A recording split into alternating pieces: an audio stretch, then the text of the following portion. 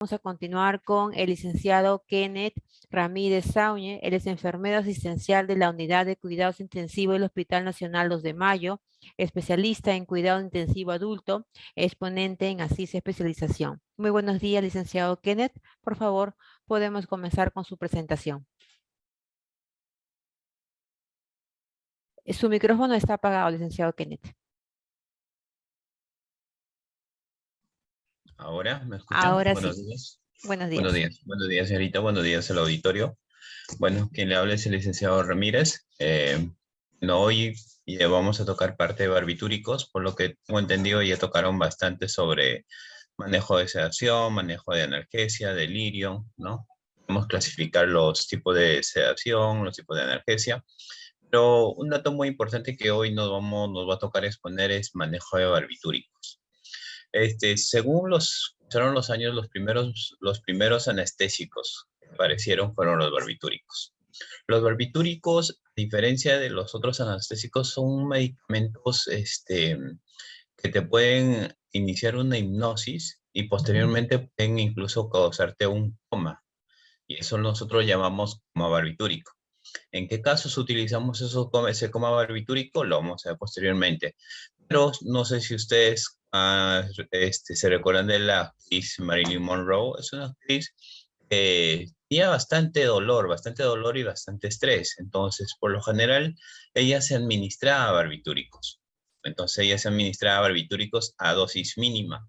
Pero la desventaja de este barbitúrico a comparación de los sedantes es que si tú dejas de administrarte una dosis adecuada y, por ejemplo, de 0.2 y lo incrementas a 0.4, el riesgo que puede causarte es que de lo que es parte hipnótica y analgesia puede causarte una sedación e incluso hasta parálisis respiratoria. Entonces, eso fue lo que pasó con la actriz Marilyn Monroe. Pasó que tuvo una sobredosis por barbitúricos y al final que terminó en la muerte de la actriz, ¿no?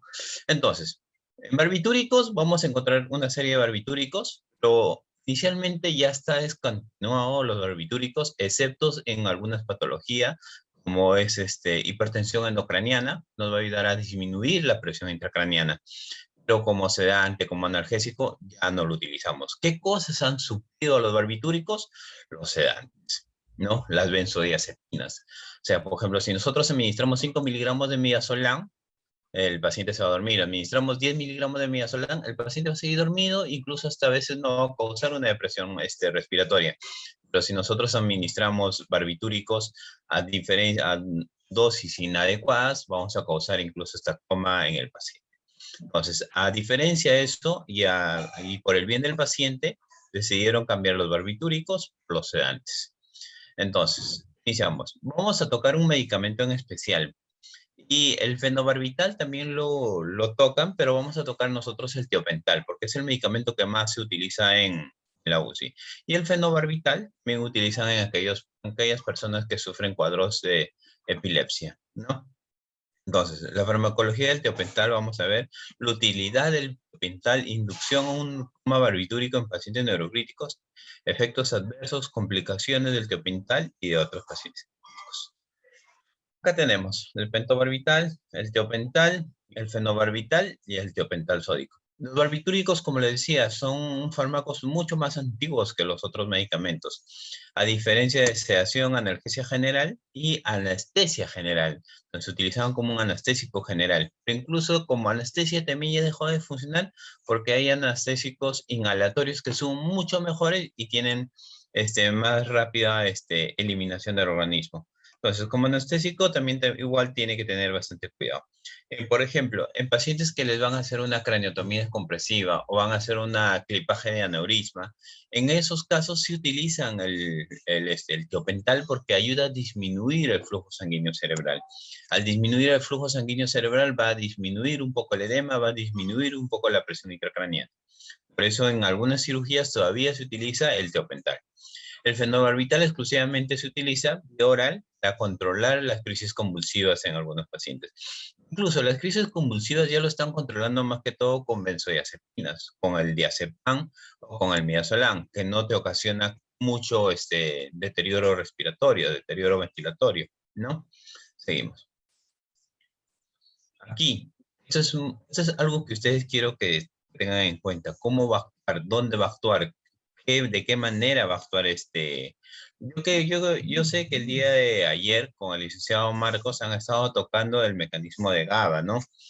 Igual, vamos a tratar de recordar así a grandes rasgos, ¿no? ¿Qué es lo que pasa? Por ejemplo, si nosotros estamos hablando ahorita, estamos interactuando, ustedes viendo en la computadora, yo exponiendo en la computadora, es porque nosotros mandamos estimulación en toda la neurona. Entonces, al momento de la neurona, al momento de la sinapsis, por ejemplo, yo mando toda esta información, mando un potencial de acción y tiene toda la información que está mandándose de neurona a neurona, tiene que hacer una sinapsis. En esta sinapsis, ¿quiénes actúan? Actúan el sistema GABA. Entonces, si este sistema GABA se bloquea, entonces ya no va a haber, o sea, esa información. O sea, ¿qué quiere decir? Si nosotros empezamos a administrar el fenobarbital, el tiopental, entonces lo que vamos a hacer es que va a actuar a nivel de la sinapsis, a nivel del sistema GABA. Lo que va a hacer que el glutamato, ¿ya? No lleve la polarización de la célula, entonces al final termine despolarizada la célula y no puede haber una buena recepción de la información. Entonces, si no hay una buena recepción y la célula está despolarizada, no vamos a poder seguir mandando la información. O sea, si yo quiero que el paciente se mantenga despierto, entonces tiene que estar polarizada la célula. Si quiero que el paciente siga durmiendo, entonces tiene que estar despolarizada la célula. Si la célula está despolarizada, entonces, ¿qué es lo que va a pasar? El paciente va a continuar durmiendo. Por eso es el sistema GABA, este es muy importante en eso. Y ustedes dirán, pero el sistema GABA, ¿cómo actúa? Actúa mediante los canales de calcio. Los canales de calcio nos ayudan a ingresar, entonces, para que podamos despolarizar y repolarizar. Eso nos va a ayudar a transportar. Entonces, por eso es muy importante saber esto. Esto es a un grosso modo, porque ayer tuve la oportunidad de ver alguna exposición del licenciado y vi que hablaron más específicamente del sistema GABA. ¿Ya? Entonces, ¿a qué nosotros llamamos potencial de membrana en reposo? Entonces, ahorita nosotros, por ejemplo, un ejemplo, ¿ya? La membrana que ustedes pueden ver acá, la membrana está negativa, está despolarizada. Entonces, al estar despolarizada la membrana está descansando, está durmiendo, ¿no es cierto? Entonces, si yo, por ejemplo, cuando estoy durmiendo, probablemente que nuestra membrana esté en reposo. Abro los ojos, despierto y entran cationes positivos dentro de la célula y esos cationes positivos hacen que la membrana se despolarice. Entonces, nosotros tenemos una membrana polarizada, despolarizada, entonces lo que al ingresar cationes positivos, vamos a ver en esta siguiente imagen, acá, esto se llama potencial de acción. Aquí, como ustedes pueden ver, en la anterior la célula estaba negativa, pero tenía cationes positivos extracelulares. Entonces, ahora los cationes positivos están entrando y están saliendo los negativos. Entonces, ¿qué es lo que va a pasar? La célula va a empezar a excitarse. Al excitarse la célula va a haber va a haber un aumento de información. Entonces, probablemente que el paciente empiece a despertar. Entonces, si nosotros tenemos un potencial de acción y bloqueamos este potencial de acción, la célula se va a mantener dormida. Pero si no bloqueamos el sistema GABA, entonces,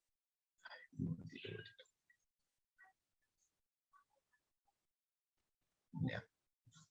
Entonces, lo que nosotros, ahorita con nosotros está pasando todo esto. Como estamos aprendiendo, está pasando una potencial de acción, y nuestras células están captando toda la información que estamos obteniendo.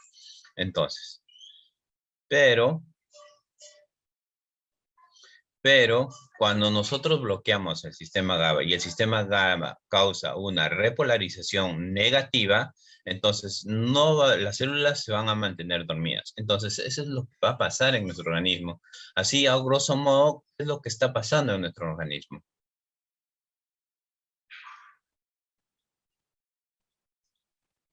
Listo. Acá podemos ver un cuadro más específico. Podemos ver que hay dos tipos de receptores GABA, receptor GABA A, receptor GABA B. Ya, el receptor GABA como ingresa mediante el cloro, ¿no? Y eso mediante el cloro, ¿qué es lo que va a pasar? Y el receptor GABA aumenta a nivel antagónico, por ejemplo, el bacofleno, eso hace que podamos tener una sedación consciente. Ahora, tenemos otro sistema. ¿Cómo ingresa cómo actúa en el sistema GABA el cloro? ¿No? Entonces, si nosotros queremos mantener la célula despolarizada, entonces tenemos que introducir cloro, ya que es una carga iónica negativa para que se mantenga dormida la célula. ¿Y dónde actúa, a nivel de dónde actúa los teopentales, el teopental? Por ejemplo, acá tenemos un cuadro, un redondito, donde podemos ver las células alfa, beta, alfa, y ¿dónde actúa justo el barbitúrico? Justo actúa aquí, en la célula beta. Y ahí es donde nosotros actúa el barbitúrico y el alcohol. Por eso hay personas que cuando beben, consumen mucho alcohol, dicen, no recuerdo nada, no recuerdo nada. Entonces, probablemente que esté despolarizada la célula. Al estar despolarizada la célula, entonces vamos a mantener la célula durmiendo y el paciente no va a continuar, no va a mantenerse despierto.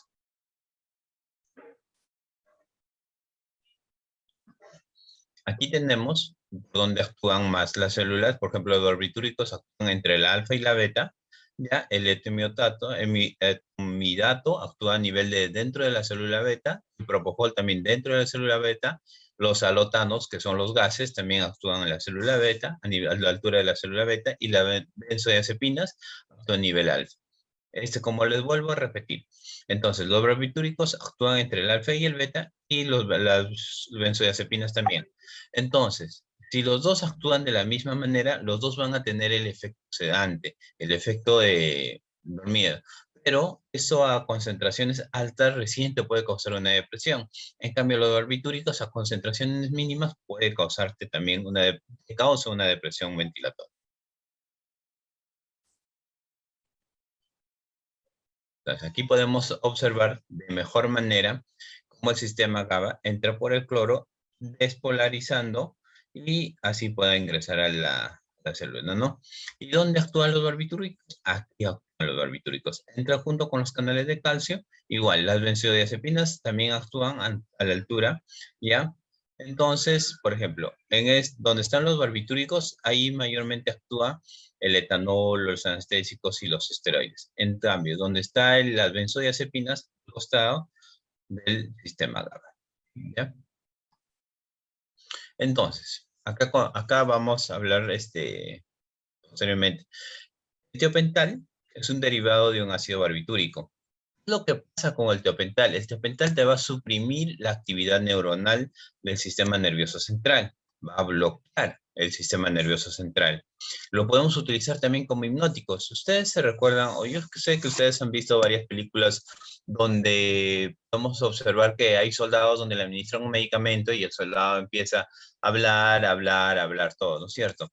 Eso es el tiopental. El tiopental, cuando tú manejas una dosis hipnótica, el paciente puede empezar a hablar todo toda la información que puede tener, ¿no? Pero eso se utiliza solamente en casos de pacientes con esquizofrenia, o pacientes que quieren decir el suero de la verdad, le decían el suero de la verdad. ¿Ya? Pero nosotros como intensivistas lo que más utilizamos es para que suprima la actividad neuronal cerebral. Cuando se suprime la actividad neuronal cerebral, el cerebro está descansando.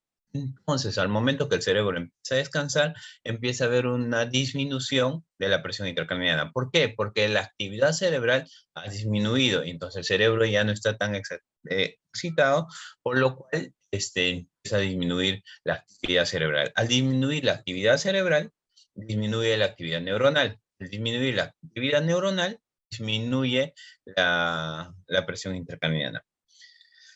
Y ojo, el tiopental hoy en día no se utiliza solo. O sea, no se utiliza, por ejemplo, si nosotros queremos administrar tiopental, no le vamos a administrar el tiopental todo solo. El tiopental, si nosotros juntamos con otros medicamentos como las benzodiazepinas o los analgésicos, repotenciamos y potenciamos la acción del tiopental. O sea, de lo que, y vamos a tener un efecto hipnótico y le agregamos midazolam, o perdón, o le agregamos fentanilo, vamos a tener vamos a tener una sedación más prolongada, más aumentada. Entonces, ¿por qué si hay mejor sedación, por qué no se utiliza en pacientes con distrés respiratorio, ¿no? ¿Por qué? Porque no se recomienda porque el retiro del tiopental te genera mayor delirio en el paciente. Entonces, por lo general no se recomienda tanto. Pero esa es una de las causas que el tiopental está tratando de salir del mercado y ser reemplazado por las benzodiazepinas. Actúan casi igual, de la misma manera que las benzodiazepinas, pero a dosis aumentadas tienen mayores efectos. ¿No es cierto? Entonces, el tiopental tenemos como modo hipnótico y como sedante y anticonvulsivante.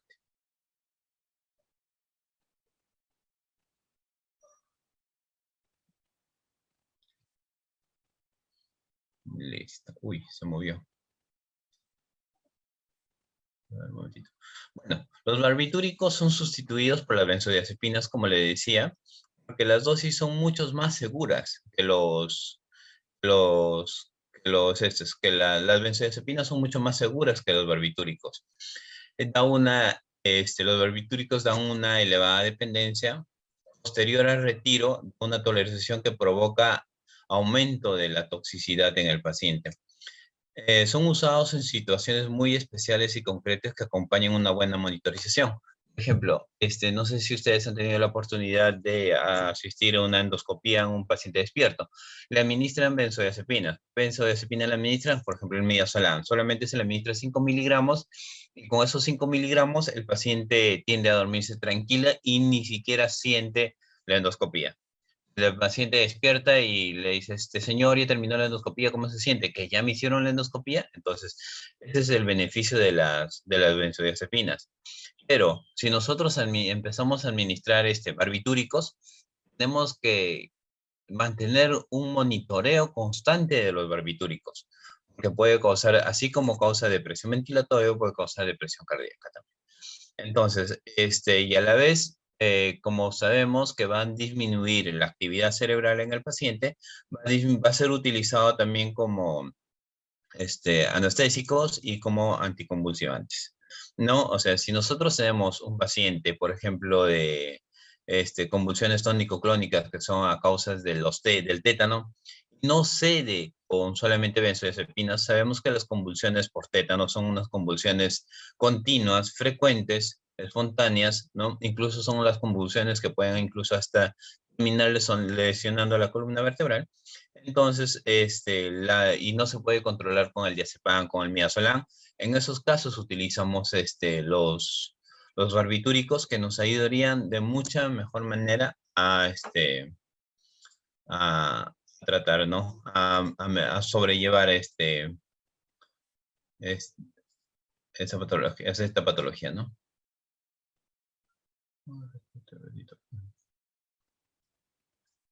Listo. Eso se dice que son fármacos que ya se encuentran en desuso, ¿no? O sea, el uso de estos fármacos ya es bastante restringido, ¿no? Entonces, seguimos. Según su mecanismo de acción. Aquí tenemos los barbitúricos que podemos catalogar de la siguiente manera. Catalogamos de una acción ultra corta, de una acción corta, acción intermedia y acción larga. Por ejemplo, el tiopental tenemos una acción ultra corta. Solamente nosotros administramos 1 gramo, continuamos en infusión, suspendemos la infusión y esperamos no menor de 3 horas para empezar a ver que el paciente tenga alguna respuesta. El pentobarbital, la dosis que se dosifica sería de 3 gramos, ¿no? Y por ejemplo, del amobarbital, la dosis es de 2 a 3 gramos, y del fenobarbital es de 5 a 10 gramos la dosis de toxicidad. El peso molecular entre el tiopental y el pentobarbital son elevados, pero el fenobarbital es un peso molecular disminuido. ¿Por qué el tiopental es mucho más más amigable que los otros barbitúricos. Es muy liposoluble. Al ser muy liposoluble se puede asimilar de mejor manera, se absorbe de mejor manera, ¿no? En cambio, el pentobarbital es intermedia, el amobarbital es intermedia y el fenobarbital es poco lisoluble. Entonces, ¿para qué utilizamos el pental? Utilizamos como aneséptico, anestésicos, el pentobarbital hipnosedante, el amobarbital hipnosedante y el fenobarbital ya lo estamos catalogando como un anticonvulsivante. ¿Cómo se une a las proteínas? El tiopental se une a las proteínas entre un 80-90%, el pentobarbital solamente un 70-80% y el amobarbital del 60-75%. El fenobarbital tiene una unión de 40 al 60% en la unión de proteínas en la sangre. Acá tenemos vías de administración. El pentobarbital se puede administrar de vía oral, intramuscular, endovenosa y rectal. ¿En qué casos administramos pentobarbital? Insomnio, sedación y manejo de crisis convulsiva. Solo se administra con cloruro de sodio. Ojo, resaltando este medicamento. Si nosotros en algún momento tenemos la oportunidad de administrar pentobarbital, solamente con cloruro de sodio. No se puede administrar con otro medicamento que no sea cloruro de sodio. Nada de lactato de Ringer, nada de dextrosa, nada de agua destilada, no. Porque altera su mecanismo de acción. El fenobarbital, más que todo hoy en día se utiliza más de vía oral. También se utiliza intramuscular y endovenoso. La que utilizamos, como les dije, utilizamos más para trastornos convulsivos y es un anticonvulsivante de primera línea. Se puede administrar solamente con cloruro de sodio. El tiopental lo utilizamos de manera endovenosa nomás. No tenemos tiopental intramuscular porque la dosis tiene que ser muy exacta. Tenemos que restringir mucho la dosis. Es una anestesia de sedación profunda y induce al coma barbitúrico. Por eso utilizamos el tiopental en pacientes con coma barbitúrico. Solo se administra con cloruro de sodio. No hay otros medicamentos que lo tengamos que administrar, solo con cloruro de sodio. La farmacocinética. La absorción del tiopental de los barbitúricos es una absorción oral, intravenosa, intramuscular. Su distribución mayormente se distribuye y se concentra en el sistema nervioso central, en el hígado y el riñón. Por eso, como hay mayor concentración en el sistema nervioso central, podemos llevar al coma barbitúrico. Si tenemos problemas hepáticos y problemas renales, de preferencia no administrar barbitúricos porque la concentración del medicamento se iba incrementando progresivamente y la depuración va a ser muy difícil en estos pacientes. Por ejemplo, en pacientes que tengan cirrosis hepática no se les puede administrar barbitúricos o en pacientes que estén con hemodiálisis en terapia de reemplazo renal tampoco no se les puede administrar porque la depuración como son a nivel renal y a nivel hepático, entonces vamos a tener, como no hay forma de depurar, vamos a tener mayor concentración del medicamento. Metabolismo es a nivel hepático, eliminación a nivel de vías renal y de la leche materna y salida. Por eso, cuando nosotros vamos a inducir un coma barbitúrico, no tiene que estar sedada, no tiene que estar gestando la paciente y no tiene que estar dando de lactar. La sedación va a pasar la barrera, la barrera placenta, de la placenta bebé, y por lo cual en el feto va a generar una depresión respiratoria, puede llevar a la muerte del feto. En cambio, ¿por qué utilizamos los barbitúricos a nivel a inducir un coma barbitúrico? Porque actúa a nivel de la supratentorial, o sea, a nivel cerebral, a nivel supratentorial. Y a nivel supratentorial está todo lo que hacemos, ¿no es cierto? Los pares craneales, todo. Entonces, si actúa a nivel de supratentorial, bloquea toda la parte supratentorial. ¿Y qué mecanismo actúa a nivel supratentorial? Es el sistema GABA. O sea, ayudar a la polarización mediante el sistema GABA, entonces vamos a bloquear todas las actividades cerebrales en el paciente. Entonces, acá tenemos, por ejemplo, lo que sí muy importante para poder llevar esto es la concentración de sistemas en el paciente. La concentración y lo que actúa y cómo actúa en caso que utilizamos una sobredosis de la diferencia entre las benzodiazepinas y los barbitúricos. ¿No es cierto? Entonces, los dos tienen un efecto hipnótico, ya la benzodiazepina y los barbitúricos. Anestesia, tienen los dos efectos anestésicos. Depresión medular, la benzodiazepina tiene muy poca depresión medular. O sea, ¿qué quiere decir? Si nosotros nos sobreexcedemos de administración de benzodiazepinas, no vamos a deprimir por completo la parte ventilatoria del paciente. No es como un relajante muscular, no. Se va a deprimir, pero no se va a deprimir al 100%. O sea, los músculos ventilatorios ahí van a estar presentes todavía. No va a haber depresión de músculos ventilatorios. En cambio, si nosotros administramos barbitúricos, sí va a ocasionar depresión medular. O sea, ¿qué quiere decir? Que la mecánica ventilatoria del paciente va a quedar súper bloqueada. Y seguimos incrementando la dosis de los barbitúricos, entonces vamos a llegar a un coma barbitúrico. Ya tener en cuenta eso bastante, ¿ya? Entonces, si nosotros administramos una sobredosis de benzodiazepinas, incluso tenemos medicamentos que nos pueden ayudar a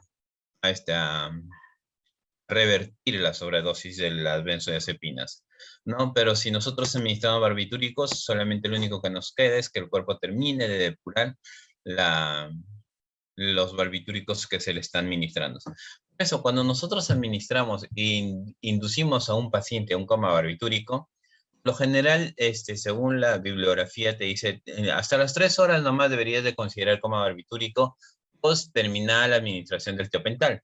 Pero, y siempre tenemos que tener en cuenta, en el momento que administramos tiopental, ojo, hay que ver que el paciente no haya tenido un perfil hepático alterado. Puede ser que haya tenido un perfil hepático alterado. Si tiene un perfil hepático alterado, no van a ser solamente 3 horas, probablemente que sean 12 horas hasta 24 horas. El paciente va a estar con efectos del tiopental, ¿no? O, por ejemplo, otro ejemplo es que el paciente esté en terapia de reemplazo renal y lo suspendemos a las 10 de la mañana, pero hasta las 6 de la tarde no despierta. Y en la noche le toca su hemodiálisis, a las 12 justo termina la hemodiálisis y a la 1 está despertando el paciente. Entonces, ¿qué pasó ahí? Es porque la concentración en sangre de los barbitúricos van en incrementos. Si no lo depuras de forma hepática ni de forma renal, entonces va a estar circulando ahí los barbitúricos. Van a seguir durmiendo, van a seguir despolarizando a las células los barbitúricos. ¿Ya? Seguimos. Bueno, ahí está. Como nosotros, bueno, esta es la parte, lo que ven con el mouse, no sé si me pueden ver, la parte donde están los surcos cerebrales, la parte supratentorial, es esta la parte supratentorial.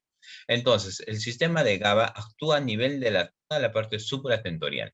Entonces, toda la parte supratentorial va a disminuir la actividad cerebral. Por ejemplo, nosotros administramos barbitúricos. ¿Qué es lo que esperamos cuando nosotros administramos los barbitúricos en la persona? O sea, viene el paciente, un postoperado de una craniotomía descompresiva, le hacen una tomografía de control, ven que hay desviación de línea media, aumento de la presión intracraniana, viene con un monitor camino. En el monitor camino registramos una presión intracraniana de 22, ¿ya? Sobre que el paciente está sedado con una sedación profunda, un RAS -4, entonces todavía hay hipertensión. Entonces ya tiene su craniotomía descompresiva. Han descomprimido la gran parte del cerebro, pero todavía sigue habiendo una hipertensión intracraniana. Entonces, ¿qué es lo que vamos a hacer? Vamos a inducir a un coma barbitúrico para que la actividad cerebral de la parte supratentorial tenga a disminuir y al estar disminuido la actividad cerebral, ¿ya? La actividad cerebral, entonces va a disminuir también el flujo sanguíneo cerebral. Al disminuir el flujo sanguíneo cerebral, va a disminuir la presión intracraniana. Entonces, si hay una disminución de, del metabolismo cerebral, ya el cerebro no va a estar tan excitado, entonces va a haber una disminución de la presión intracraniana.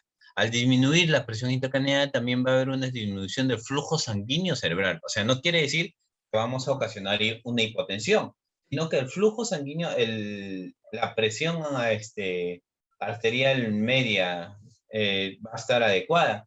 La perfusión cerebral también va a estar adecuada. Entonces, si tenemos una perfusión cerebral adecuada y tenemos una presión arterial media adecuada, pero el pental hace que disminuya el metabolismo cerebral, perdón.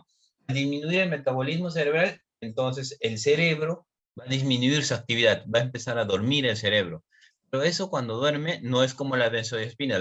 Cuando tú administras propofol, también va a disminuir el metabolismo cerebral, pero va a generar hipotensión en el paciente. Pero en cambio, cuando nosotros administramos adecuadamente el tiopental, no va a ocasionar eso. ¿Ya? Entonces, disminuye la presión intracraneal, disminuye el flujo sanguíneo cerebral. Entonces, eso es lo que pasa cuando nosotros administramos tiopental a nivel cerebral. Otros efectos, bueno, tenemos los efectos sobre el sistema nervioso central que inhiba los radicales libres de oxígeno, disminuye el consumo de oxígeno, disminuye el flujo sanguíneo cerebral, por lo tanto va a disminuir la presión intracraneana, pero va a también inhibir los receptores glutaminogénicos. ¿Ya? Hay que tener en cuenta. Ahora, la dosis, sobre la sobre el electroencefalograma, o sea, nosotros vamos a monitorizar, iniciamos barbitúricos, y la forma de monitorizar si los barbitúricos están adecuados para el paciente. Entonces, si están llegando al fin de que nosotros tengamos una disminución de la excitabilidad del cerebro, entonces vamos a verlo. ¿Cómo lo vamos a evidenciar? Vamos a evidenciar mediante un electroencefalograma cerebral. Al nosotros ver el electroencefalograma disminuida, los voltajes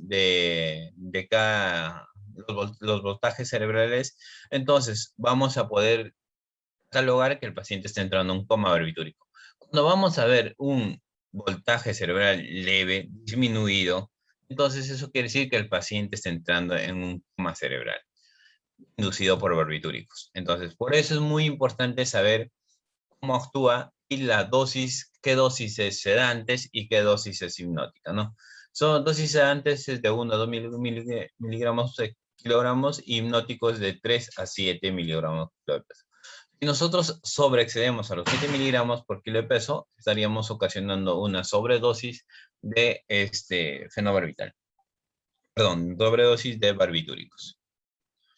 Ya hemos visto nivel cerebral, ya hemos visto lo que causa, cuáles son los efectos a nivel del sistema nervioso central. Ahora vamos a ver a nivel cardíaco. ¿Qué pasa a nivel del sistema cardiovascular?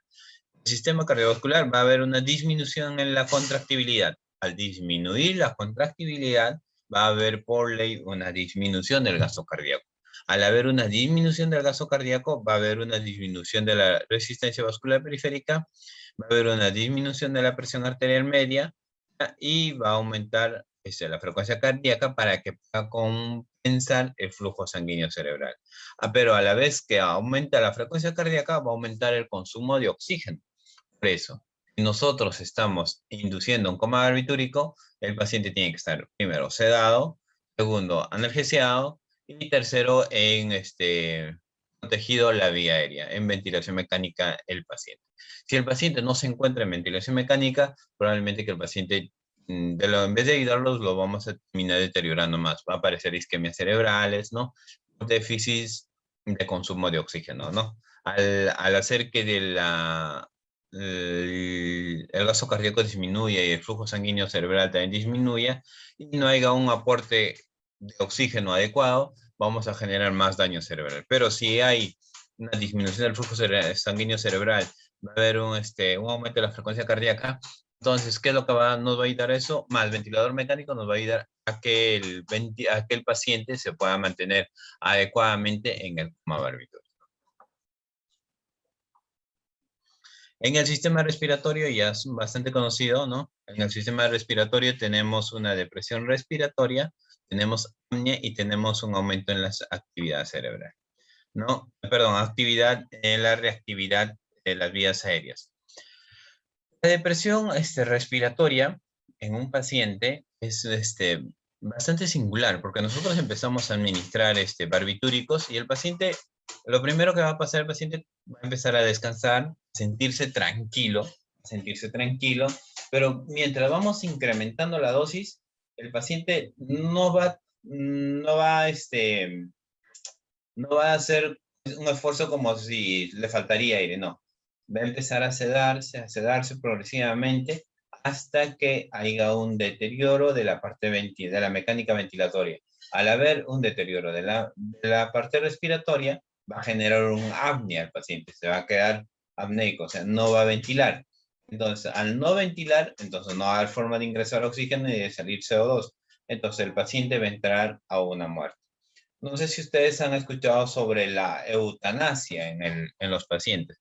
La eutanasia es más que todo llevado por ese tipo de, de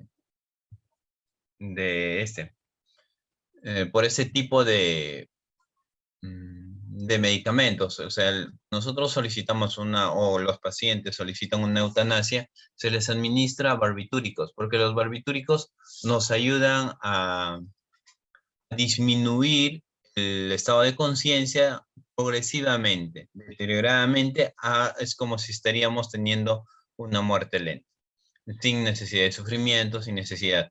No es como administrar unas benzodiazepinas que tú te despiertas, pero llega un momento donde tu cuerpo empieza a tener una actividad y esa actividad hace que te vuelvas a despertar ansioso, todo eso. No. En el coma barbitúrico es progresivo, irreversible, si en caso que no suspendes la administración, ¿no? Entonces, vamos a seguir observando un aumento de la reactividad de las vías aéreas. Listo. Uso clínico de los barbitúricos, inducir a la anestesia de 3 a 7 microgramos por kilo de peso, siempre acompañado de los otros fármacos. La sedación es el midazolam y el propofol, siempre acompañados, ¿ya? Y entonces utilizamos una protección cerebral. Cuando nosotros tenemos una hipertensión intracraniana refractaria, la inestabilidad, sí o sí va a haber una inestabilidad hemodinámica. O sea, ¿qué quiere decir?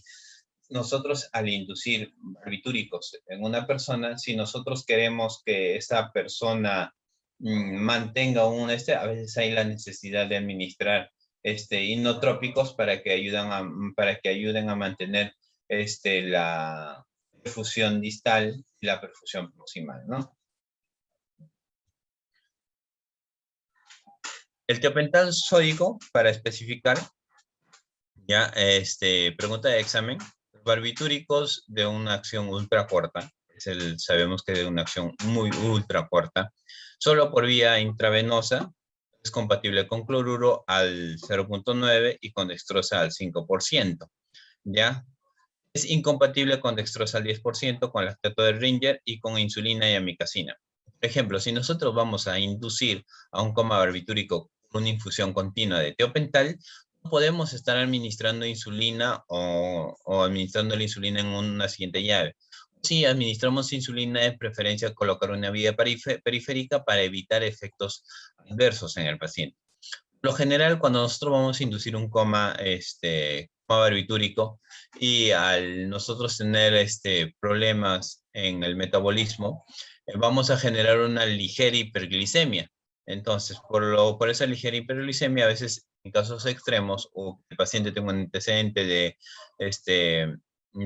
diabetes, entonces va a haber un incremento de la glicemia, y vamos a tener que utilizar insulina. Y por lo general en la UCI no utilizamos insulina a escala móvil, sino utilizamos insulina en infusión. ¿Por qué? Porque la insulina a escala móvil no te da adecuadamente un conteo, un conteo adecuado de la glicemia. O sea, podemos administrar ahorita insulina y a las 2 horas puede bajar o puede subir según la cantidad. En cambio, cuando tenemos una infusión continua, podemos regular las glicemias. Entonces, tener en el libro y anotar en el cuadernito de apuntes que podemos administrar con cloruro al 9%, pero con dextrosa al 5% como máximo, en caso que no te consigas cloruro al 9%, ya, pero es incompatible con una dextrosa al 10%. con lactato de Ringer y con insulina y amicacina. Mecanismo de acción, ya son receptores GABA, aumenta el inhibidor central y disminuye la conducción eléctrica por una hiperpolarización y posterior a una despolarización. Por su alta liposolubilidad alcanza altas concentraciones en el sistema nervioso central y se acumula más en el tejido adiposo. Atraviesa la placenta y produce depresión intensa del feto. Dosis múltiples pueden producirse. Dosis múltiples aumenta la prolongación del efecto y se aprovechan, bueno, y termina induciendo un coma barbitúrico. Bueno, eso sería en cuestión a todo sobre coma barbitúrico. No, tal vez las figuras les hayan generado algunos inconvenientes. A ver, déjame ver. Vamos a ver. Terminamos la exposición. ¿Le parece si entramos a la sesión de preguntas para poder Claro, claro, el licenciado Kenneth, ¿tenemos preguntas? Vamos, por favor. Ok, acá. Según la imagen, durmiendo sería polarizada. El licenciado José Mendoza, no sé si ha podido resolver esa consulta. Ya. Cuando nosotros hablamos de polarización, ¿dónde está? Acá. Cuando nosotros hablamos de polarización, no es cuando está durmiendo la célula, sino que cuando los iones cationes, los cationes están afuera y va a ingresar dentro de la célula. Eso llamamos polarización. Ahora, cuando llamamos despolarización es cuando las células positivas están ingresando y la célula está despertando. Eso se llama despolarización. Ahora, si nosotros tenemos... Si nosotros vemos, creo que la pregunta viene por eso, polarizada, ¿no? O sea, si nosotros tenemos una célula durmiendo, probablemente que esté, bueno, o en reposo, se considera polaridad negativa, ¿ya? Polaridad negativa. Ahora, si nosotros tenemos, por acá, por acá, por acá. No tenemos, estamos terminando teniendo polaridad positiva, saliendo a la polaridad y estamos induciendo a polaridad negativa, eso se llama repolarización. ¿Ya? ¿Lo que me ha entendido? Creo que con las imágenes, porque hablándolo así como que es un poquito más confuso, por eso lo llegué a plasmar estas imágenes. Sí, ya ha quedado claro. Gracias, licenciado Kenneth. También el licenciado Yori Liberato ha levantado la mano del Zoom. ¿Puede activar su micrófono si desea hacer una consulta, licenciado Yori? Ok, bien. La Buenas, licenciada, sí, licenciada Yori, le escuchamos. sí, buenos días. Soy enfermera de recuperación. Soy instrumentista. Mm, Sí, le escucho, licenciada. Dígame, ¿qué es su duda? ¿Me escucha? Sí, licenciada, le escucho. Por favor, ¿cuál es su duda? Sí, quería saber los fármacos. Usted mencionó sobre la heparina. La heparina tiene que ser diluido con cloruro o dextrosa al 5% para ver en caso si haya alguna complicaciones. ¿Heparina? Sí, No tocamos heparina, perdón, licenciada. perdón, la insulina. Ok. Bueno, la insulina vendría a ser otro tema de lo que estamos hablando, pero igual yo le voy a hacer, cuando nosotros tenemos insulina en un paciente, la dilución de la insulina es en cloruro al 0.9%. Cuando tenemos esta preparación, según las normas técnicas que nos dice que la preparación tiene que ser 100 unidades de insulina, ya que es una jeringuita de 1 ml, en 100 ml, para nosotros más o menos tener en los 100 ml una unidad. Entonces, por eso es lo recomendable que prepararlo en cloruro de sodio para que no haya ninguna alteración de la insulina. Ahora, tal vez su duda es por la solución polarizante, solución que también es con dextrosa al 33%. Ese es otro tema también muy aparte, es una solución polarizante. Cuando nosotros hablamos de una solución polarizante, hablamos, ojo que esto no tiene nada que ver en el tema de acá, una solución polarizante es cuando nosotros administramos un medicamento para que las células que están despolarizadas tiendan a polarizarse. ¿En qué casos? Cuando nosotros tenemos una hipocalemia en un paciente, cuando tenemos un potasio de 7.3, 7.4 y la actividad del corazón empieza a ser alterada, empieza a haber cambios en la actividad del corazón. Sabemos que el corazón actúa las polarizaciones por los iones positivos. Entonces, si se siguen incrementando esos iones positivos, puede llegar a una parada cardíaca. Entonces, lo que nosotros hacemos es polarizar para que baje un poco esos iones y podamos buscar un método para bajarle el potasio en la persona, en aquellas personas. No sé Ah, si he resuelto su idea, licenciada. sí, sí, sí, justo estaba en este cambio de proceso. Gracias, muy amable. Okay. Gracias, licenciada Yori. Entonces, hay una pregunta más de la licenciada Salina. En sobredosis de barbitúricos, ¿cuánto ayuda el flumazenil y cuál es la dosis para una eutanasia? Ya, como les vuelvo a decir, el flumazenil solamente es el antídoto para las benzodiazepinas, no para los barbitúricos. Los barbitúricos, si nosotros nos sobreexcedemos con los barbitúricos, lo único que nos queda es que el cuerpo termina de depurar los barbitúricos. No son como el midazolam, no son como el clonazepam, no es como el diazepam. Nosotros podemos sobreexcedernos en la dosis, administramos flunacenilo que bloquean todo el receptor GABA y bloquea el receptor GABA, pero para benzodiazepinas, y el paciente tiende a despertar, ¿no? Hasta que el flumacenilo pierda su efecto. ¿Ya? Pero no, en los barbitúricos no te ayuda en nada el flumacenilo o el flumacenil. La dosis de la eutanasia es una cosa de sobredosis, vendría a ser mayor a 7 miligramos por kilo de peso, ya viendo y actuando. Ojo, voy a recalcar que cuando nosotros hablamos 7 miligramos es una dosis de una persona sana, ¿no?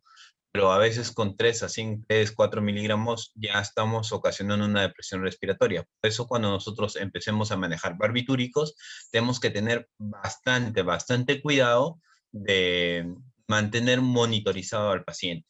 Si nosotros vamos a inducir a barbitúrico, sí o sí tenemos que tener un monitoreo para ver la actividad eléctrica cerebral. Puede ser un electroencefalograma o mantenernos mediante al menos un monitoreo de presión intracraniana, un monitoreo de presión intracraniana, ¿no? Eso vendría a ser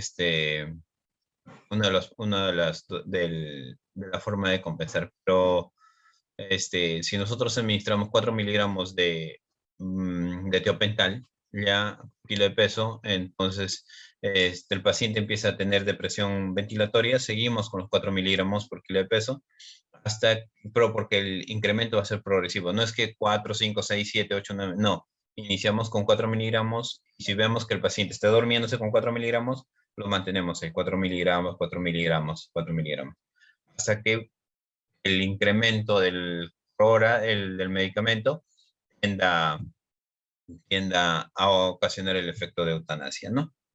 Acá hay otra pregunta, creo. ¿Los barbitúricos causan hiperglicemia? En algunos casos. En algunos casos se pueden causar ligeros cuadros de hiperglicemia, ¿no?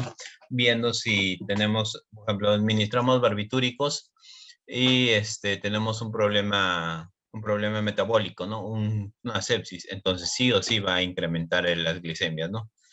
Eso hay que tener bastante cuidado con los barbitúricos. El incremento en glicemia sí es progresivo. Puede haber un incremento en glicemia. Todo paciente pues, que tiene una diabetes continua también causan esos tipos de problemas. Se va a reactivar la diabetes. O aquellos pacientes que tienen diabetes y por lo general lo han llevado por disminuido la incidencia por un método de vida saludable, porque no ingieren muchos carbohidratos y posterior se enfermó, se le induce un coma barbitúrico y las glicemias empiezan a incrementarse, entonces eso es porque exacerba a la propia enfermedad dicha. Eso se puede incrementar y puede haber cuadros de hiperglicemia en estos tipos de pacientes que se le administran barbitúricos, ¿no? Hay que tener bastante en cuenta también que nosotros estamos hablando del tepental, pero si hablamos del fenobarbital, también tiene otro tipo de acción, porque es un medicamento más que todo utilizado por vía oral, ¿no? Esto creo que sería Sí, todo. sí, perfecto, licenciado Kenneth. Entonces hemos terminado con este tercer tema del día de hoy. Podemos continuar con su presentación. Claro, claro. Listo.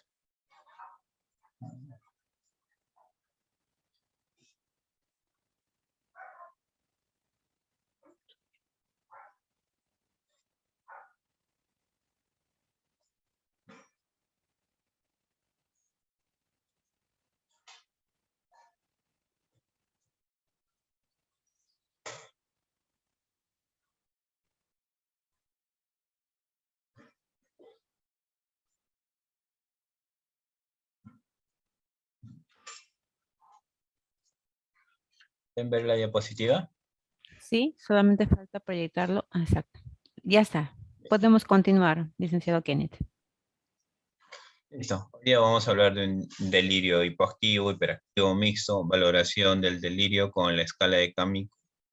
Ya, primero, cuando nosotros hablamos del delirio, nosotros, como este es más que todo, una capacitación dictada para colegas que tienen especialidades de operaciones, cuidados intensivos, vamos a enfocarnos más en el delirio post-sedación, en el delirio post-analgesia, porque también tenemos otro tipo de delirio, ¿no? Delirio a aquellos pacientes que presentan problemas oncológicos. También hay delirios a aquellos pacientes que presentan problemas esquizofrénicos, ¿no? Hoy en día se está manejándose un delirio porque post COVID-19, pacientes han sobreexcedido el tiempo de administración de las benzodiazepinas, de los sedantes, de los analgésicos, se han incrementado progresivamente.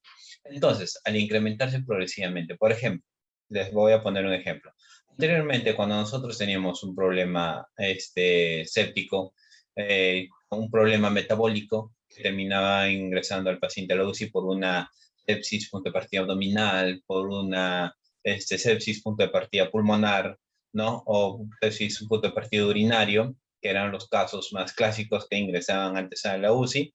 La necesidad de administrar benzodiazepinas era mínima, era bastante mínima. O sea, ahora la dosis de las benzodiazepinas yo creo que han utilizado y la preparación de los medicamentos es 100 miligramos de midazolam diluido en 100 miligramos de cloruro, ¿no?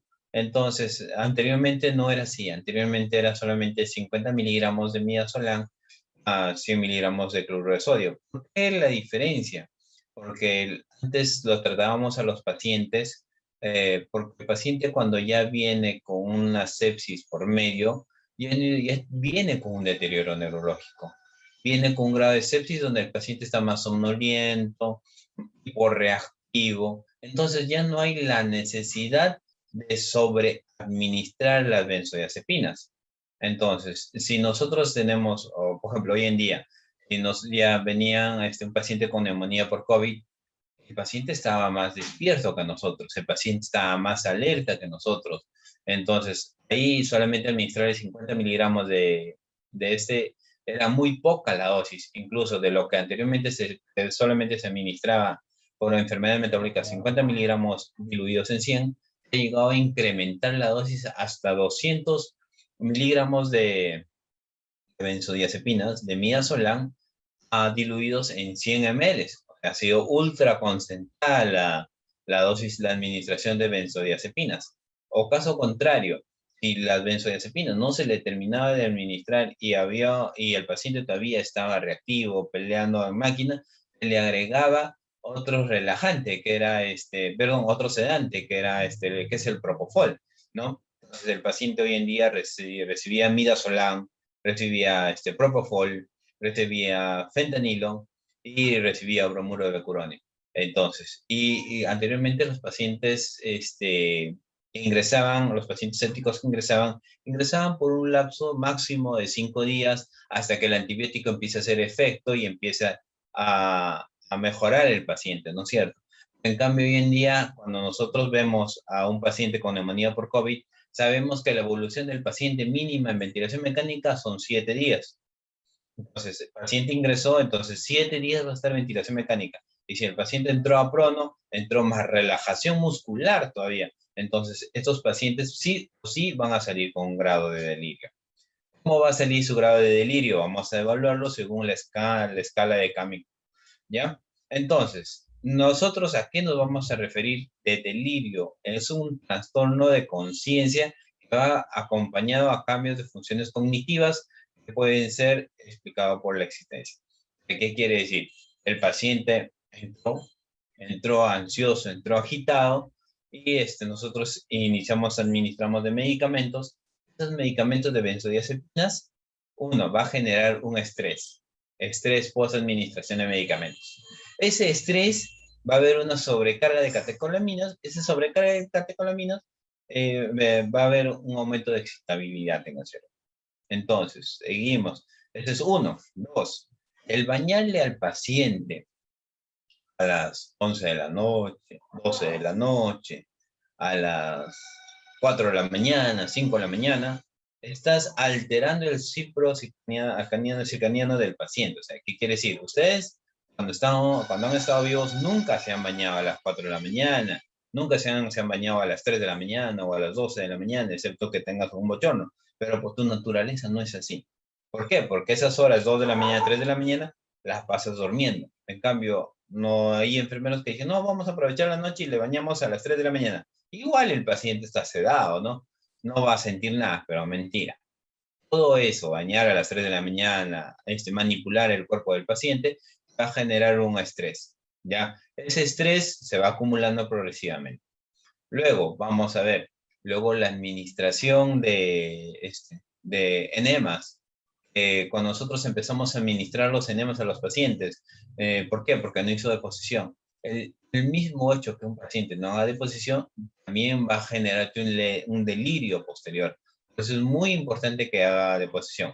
Ahora, le vamos a colocar un enema. Creo que a una persona donde empieza a sentir que su cuerpo está siendo manipulado, eso también te va a generar un estrés, por lo cual todo eso te va a generar un delirio posterior. Ahora, tenemos la administración de los medicamentos. Tenemos la acción de la enfermera. Bañar a las 5 de la mañana, 4 de la mañana. La parte metabólica del paciente se viene alterado por problemas asociados, ¿no? Entró a la unidad de cuidados intensivos, se infectó con acinetobacter o se infectó con Klebsiella. Ahí eso. Luego, la falta de las deposiciones. El paciente no hace deposición, ¿no es cierto? Dos, la mala sedación. El paciente está que despierta y se duerme, despierta y se duerme. Despierta y ¿qué es lo que hace el enfermero? Plum, le pasa un bolo de propofol. O despierta, plum, ¿qué le hace? Le pasa un bolo de becuronio. Entonces, esos bolos que nosotros estamos administrando, posterior a eso, vamos a tener repercusiones. El paciente va a presentar delirio del paciente, ¿no es cierto? Entonces, aquí vamos. El delirio, mayormente, otro factor potencial también es la edad, ¿no? Nos dice, las complicaciones más frecuentes de un paciente con delirio es por un adulto mayor. Un adulto mayor te va a generar mayor delirio que una persona joven, ¿ya? ¿Y cuánto es la prevalencia? Es un 42% de que el paciente pueda presentar delirio a causa de las acciones que ya les expliqué en la UCI, ¿no? ¿Cuál es el primer factor que te va a generar el delirio? La actividad cerebral que te va a estar muy relacionado con la acetilcolina. Un incremento de acetilcolina te va a generar un mayor incremento de delirio.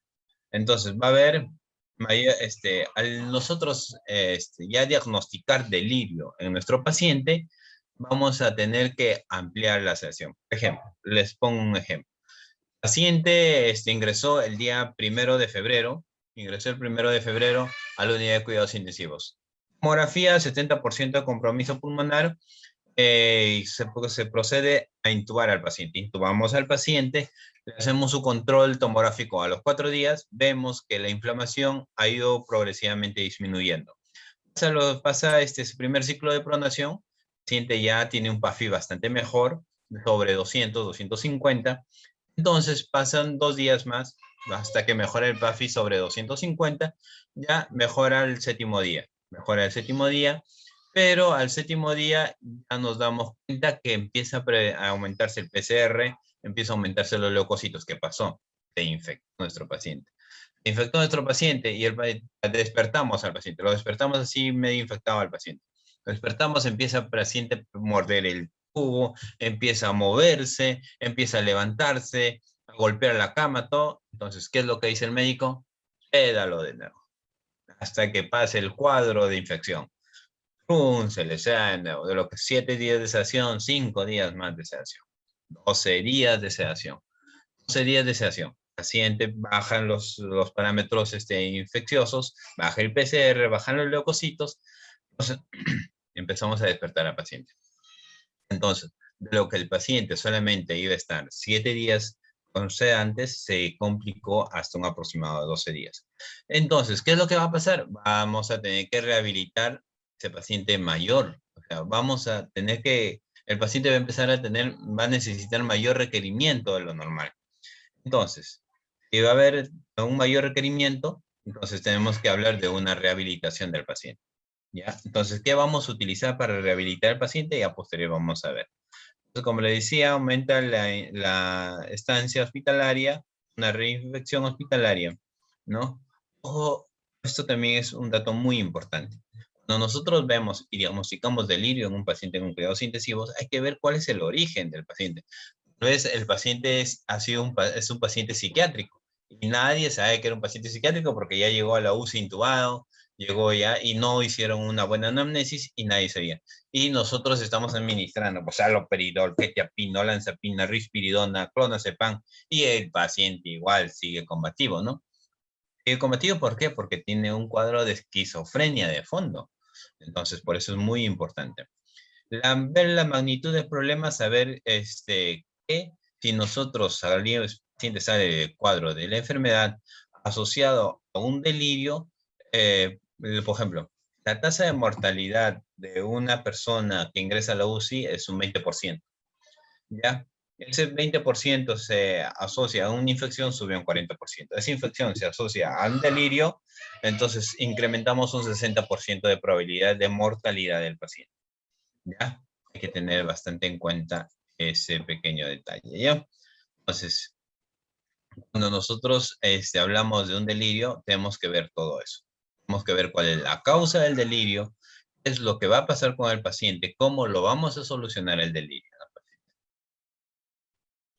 Bueno, este es un paciente, que todos sabemos, una cuidada de unidad de cuidados intensivos.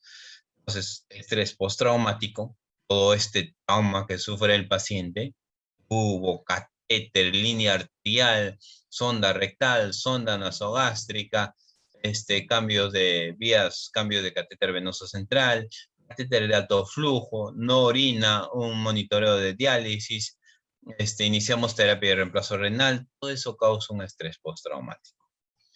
Más un asociado a una demencia, porque tal vez el paciente ha tenido mucha secreción de acetilcolina que va a generar una demencia. El estrés postraumático, más una demencia, más un deterioro de la progresión del delirio, nos va a dar un delirio en cuidados intensivos. Hay que tener bastante en cuenta eso, ¿ya? Siempre tener en cuenta eso. ¿Qué es lo que va a pasar con el delirio? Primero, tener en cuenta esto muy importante. Un impacto emocional. Señora, buenos días. El señor ya está saliendo de su cuadro de sedación, está mejorando el informe médico, está mejorando el paciente. Entonces, vamos a proceder a hacer un destete ventilatorio. Familiar, emocionado, agradecido con el médico. Listo, ya, doctor, muchas gracias. Día 6. Señora, el destete ventilatorio ha fallado porque se le ha tomado unos cultivos y han salido positivos a Acinetobacter. Se le va a tener que seguir durmiendo al paciente porque así con esa infección no podemos a iniciar el DCT del paciente. Entonces, ¿qué es lo que va a pasar? Primero, le dijeron que estaba bien y ahora le dicen que está mal. El estado emocional del familiar, un desastre, mal, súper, súper mal, ¿no? Se deprime más.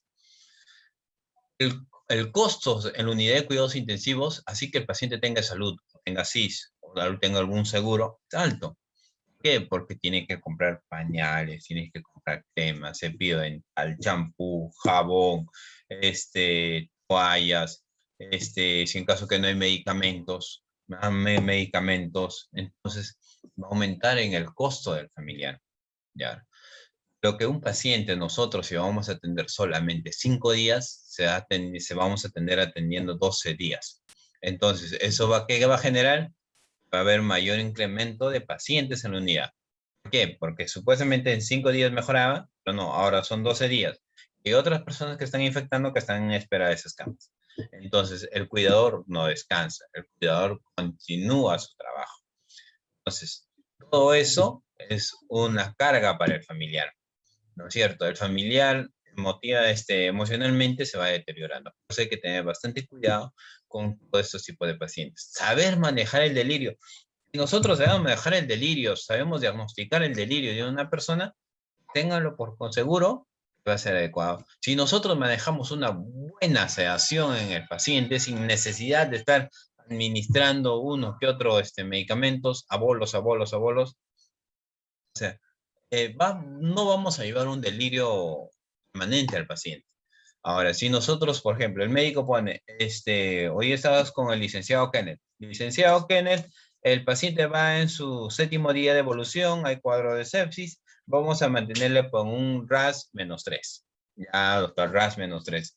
Pero el licenciado Kenneth está con sueño, entonces ya no le pone un RAS -3, sino dice, no, vamos a aumentarle un poquito más la sedación para que el paciente no esté molestando. Ya. De lo que era un RAS -3, le incrementan un RAS -5.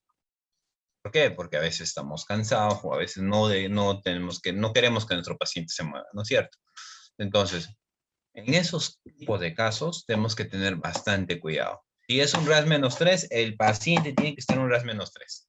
Si es un RAS +1, -2, el paciente tiene que estar +1, -2. No es que el paciente tiene que estar toda la vida en un RAS -4. Tenemos que tener bastante cuidado en eso para nosotros saber manejar el delirio. Claro, tu turno la pasarás bacán, ¿no? Tu paciente solamente has movilizado 3 veces en 12 horas y eso cambia sus infusiones, les ha pasado su tratamiento adecuado, todo ok, pero el paciente está en un RAS -5, ¿ya? Y la indicación es un RAS -3. De lo que has podido utilizar solamente 6 midazolanes, has terminado utilizando 10 midazolanes, ¿no?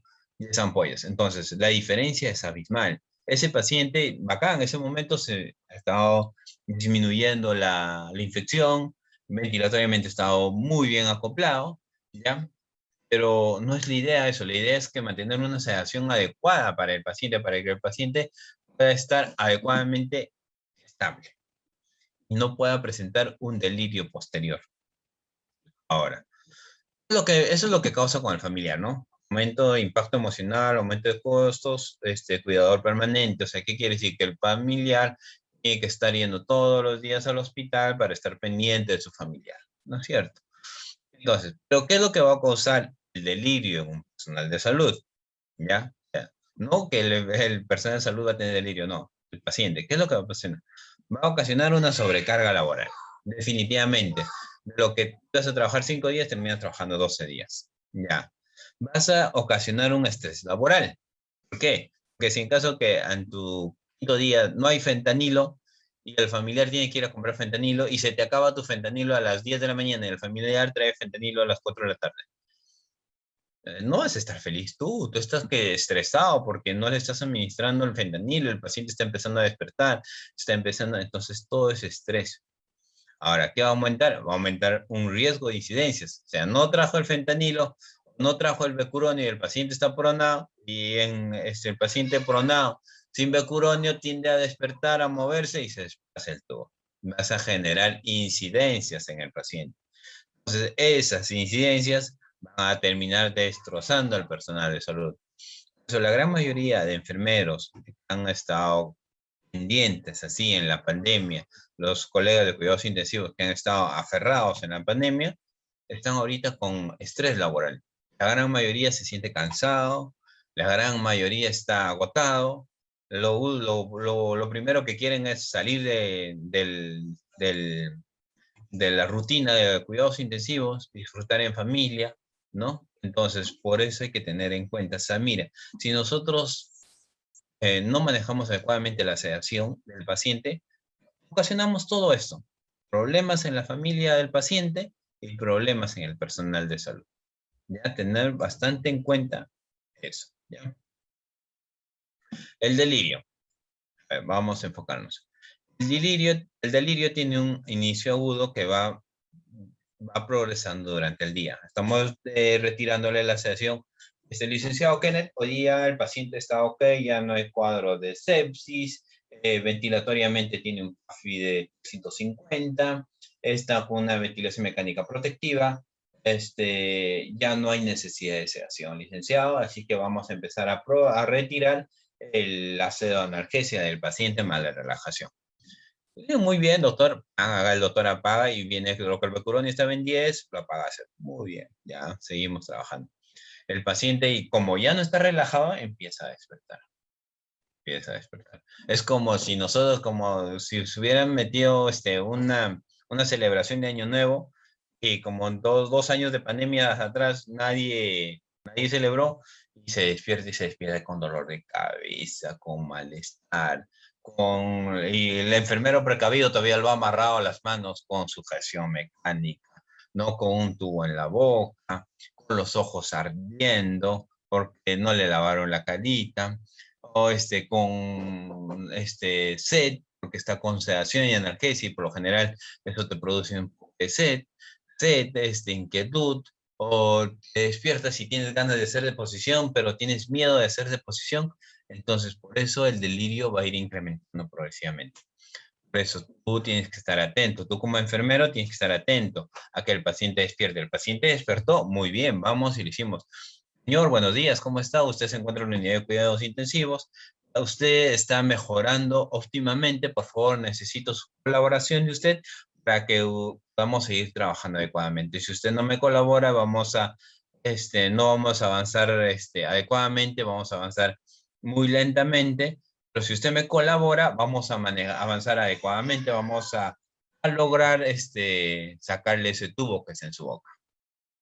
Si tú le hablas así, el paciente 20 o 30 minutos, ok, tranquilito. Pasa la hora y lo ves de nuevo al paciente peleando ahí, moviéndose como culebra. De nuevo te acercas y le dices, señor, buenas, ¿cómo está? ¿Qué tal? Le haces toda la misma explicación, le das toda la explicación y le dices, ¿le molesta algo, le duele algo? Y ahí es donde vamos a evaluar la escala Camille-Q. Posteriormente vamos a ver eso. Entonces, por eso el delirio va incrementándose progresivamente donde el día. ¿Por qué? Porque ya estamos empezando a retirar la sedación y el paciente va a ir despertando. Alteración de conciencia. Va a haber una alteración de conciencia. Por ejemplo, hoy en día utilizan ketamina también con los pacientes y también utilizan fentanilo. Los dos son alucinógenos. Entonces, nosotros se dan cuenta, yo estoy intubado, estoy durmiendo, plum, me despierto, veo un monstruo a mi costado, veo un marciano a mi otro costado. Definitivamente que me voy a asustar. Me voy a asustar porque eso me va a generar la dependencia de todos esos medicamentos que me están retirando el organismo. Entonces, no es fácil despertar de un cuadro de sedación. Por eso hay que ver, por eso los pacientes por lo general alteran su conciencia, empiezan a moverse, que esto, que aquello, o empiezan a gritar, empiezan a hablar, o en caso de otros pacientes, ¿no? Que utilizan eso. En el caso de nosotros, el paciente empieza a morder el tubo, empieza a mover, a tratar de alcanzar el tubo con su mano, si encuentra un electrodo, se saca el electrodo, se saca el otro electrodo. ¿Por qué? Porque hay alteración de conciencia. Tú te acercas, hablas con el paciente y el paciente se duerme 15 a 20 minutos. Le estoy hablando de un tratamiento de delirio no farmacológico. Prácticamente estamos hablando de eso. ¿Ya? Hay una frase prodrómica, hay inquietud, ansiedad, irritabilidad en el paciente, como la gran mayoría. Hay trastorno de sueño. Yo peleo con eso con mis pacientes definitivamente. Todo el día mis pacientes están durmiendo lo más feliz. Y como yo trabajo 12 horas nomás, Ah, bacán, si mi diurno está durmiendo, bacán que siga durmiendo, ¿no? No, pero no es así. Entonces, si el paciente en el día es donde tenemos que trabajarlo ese paciente. Particularmente, yo estoy muy agradecido con la especialidad de terapia física, porque ellos vienen de día y los mantienen despiertos a los pacientes. ¿Ya? Por ejemplo, tengo un paciente que está con delirio, entonces lo que yo hago son despertarlos, bañarlos en la mañana, 8 de la mañana, 9 de la mañana, y bajarlos al sillón, hacerle sus cambios posturales, ponerle de costado. Yo sé que van a renegar, van a rechinar, van a pelear, se van a poner a llorar, pero eso dura, si lo hacemos durante el día, lo estamos haciendo muy bien, lo estamos manejando adecuadamente. Pero en la noche ponerle de costado, bajarlo al sillón, ya es una locura y una tortura para el paciente. Pero de día sí podemos hacer eso para mantenerlo despierto al paciente. Verán que si estamos manteniendo despierto de día al paciente, llega a las 8 de la noche y el paciente no te va a molestar toda la noche. Porque uno, que va a estar recontra cansado porque todo el día lo has trabajado. Y dos, como no va a dormir en el día, va a dormir en la noche. Entonces, por eso es muy importante eso. Movilizar a nuestros pacientes para evitar el delirio. Demencia no explicable por una demencia previa. O sea, como les dije anteriormente, si nuestro paciente haya tenido algún tipo de demencia, algo, siempre estar pendiente de eso, ¿no? Compromiso del estado de conciencia, ¿no? Si el paciente ingresó, un ejemplo, ¿no? El paciente ingresó con una hipoxia continua, saturando 62, 63, esa saturación continua por 1 por 2 horas, sí o sí te ha debido generar una ligera isquemia cerebral o puntos isquémicos cerebrales. Entonces, en la historia clínica dice paciente ingresó con Glasgow de 15 puntos orientado en tiempo y espacio. Se le procedió a intubar porque estaba saturando 40.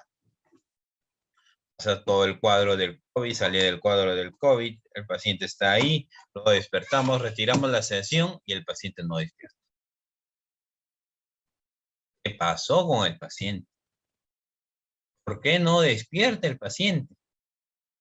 Entonces, o son dos cosas, o hay aún sobresedación, o el paciente tiene mucho tejido adiposo donde está impregnado, o el paciente tiene una falla hepática, o el paciente tiene una falla renal. Por eso, si ustedes se dan cuenta en la unidad de cuidados intensivos, los médicos piden perfil hepático, piden urea, creatinina, piden placa de tórax, y si el paciente no despierta, malas, licenciado, a su 5.º día de evolución del paciente, ya estamos destetando, ayer lo destetaron, hoy, pero no despiertas ahorita. Lo que vamos a hacer, tomografía para descartar isquemias cerebrales a causa de un hipoxia.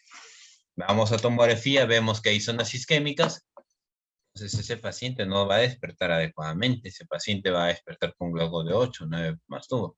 Entonces probablemente que ese paciente vaya a un atraqueo y su recuperación sea posterior a más difícil, ¿no? Por eso siempre tener en cuenta el estado de conciencia con que ingresó el paciente. Características, por lo general las características de un delirio es agudo, fluctuante, alteración en los pensamientos, alteración en la atención, disturbios emocionales, desorientación, normalidad psicomotora, compromiso de memoria. Listo. Entonces, este es lo que vamos a hablar del delirio. Funcionamiento cognitivo de referencia. Por ejemplo, si nosotros tenemos un delirio y el paciente está con delirio, aún extubados, incluso los pacientes pueden presentar delirio, ¿ya? Pueden presentar que se quieren levantar de la cama, todo eso. Y, por ejemplo, he tenido, yo trabajo en el Hospital 2 de Mayo. Ya, como ustedes saben, nosotros recibimos todo tipo de pacientes en el Hospital 2 de Mayo. Desde pacientes muy amables, recontra amables, hasta pacientes muy combativos, hasta pacientes que te amenazan de muerte, ¿no es cierto?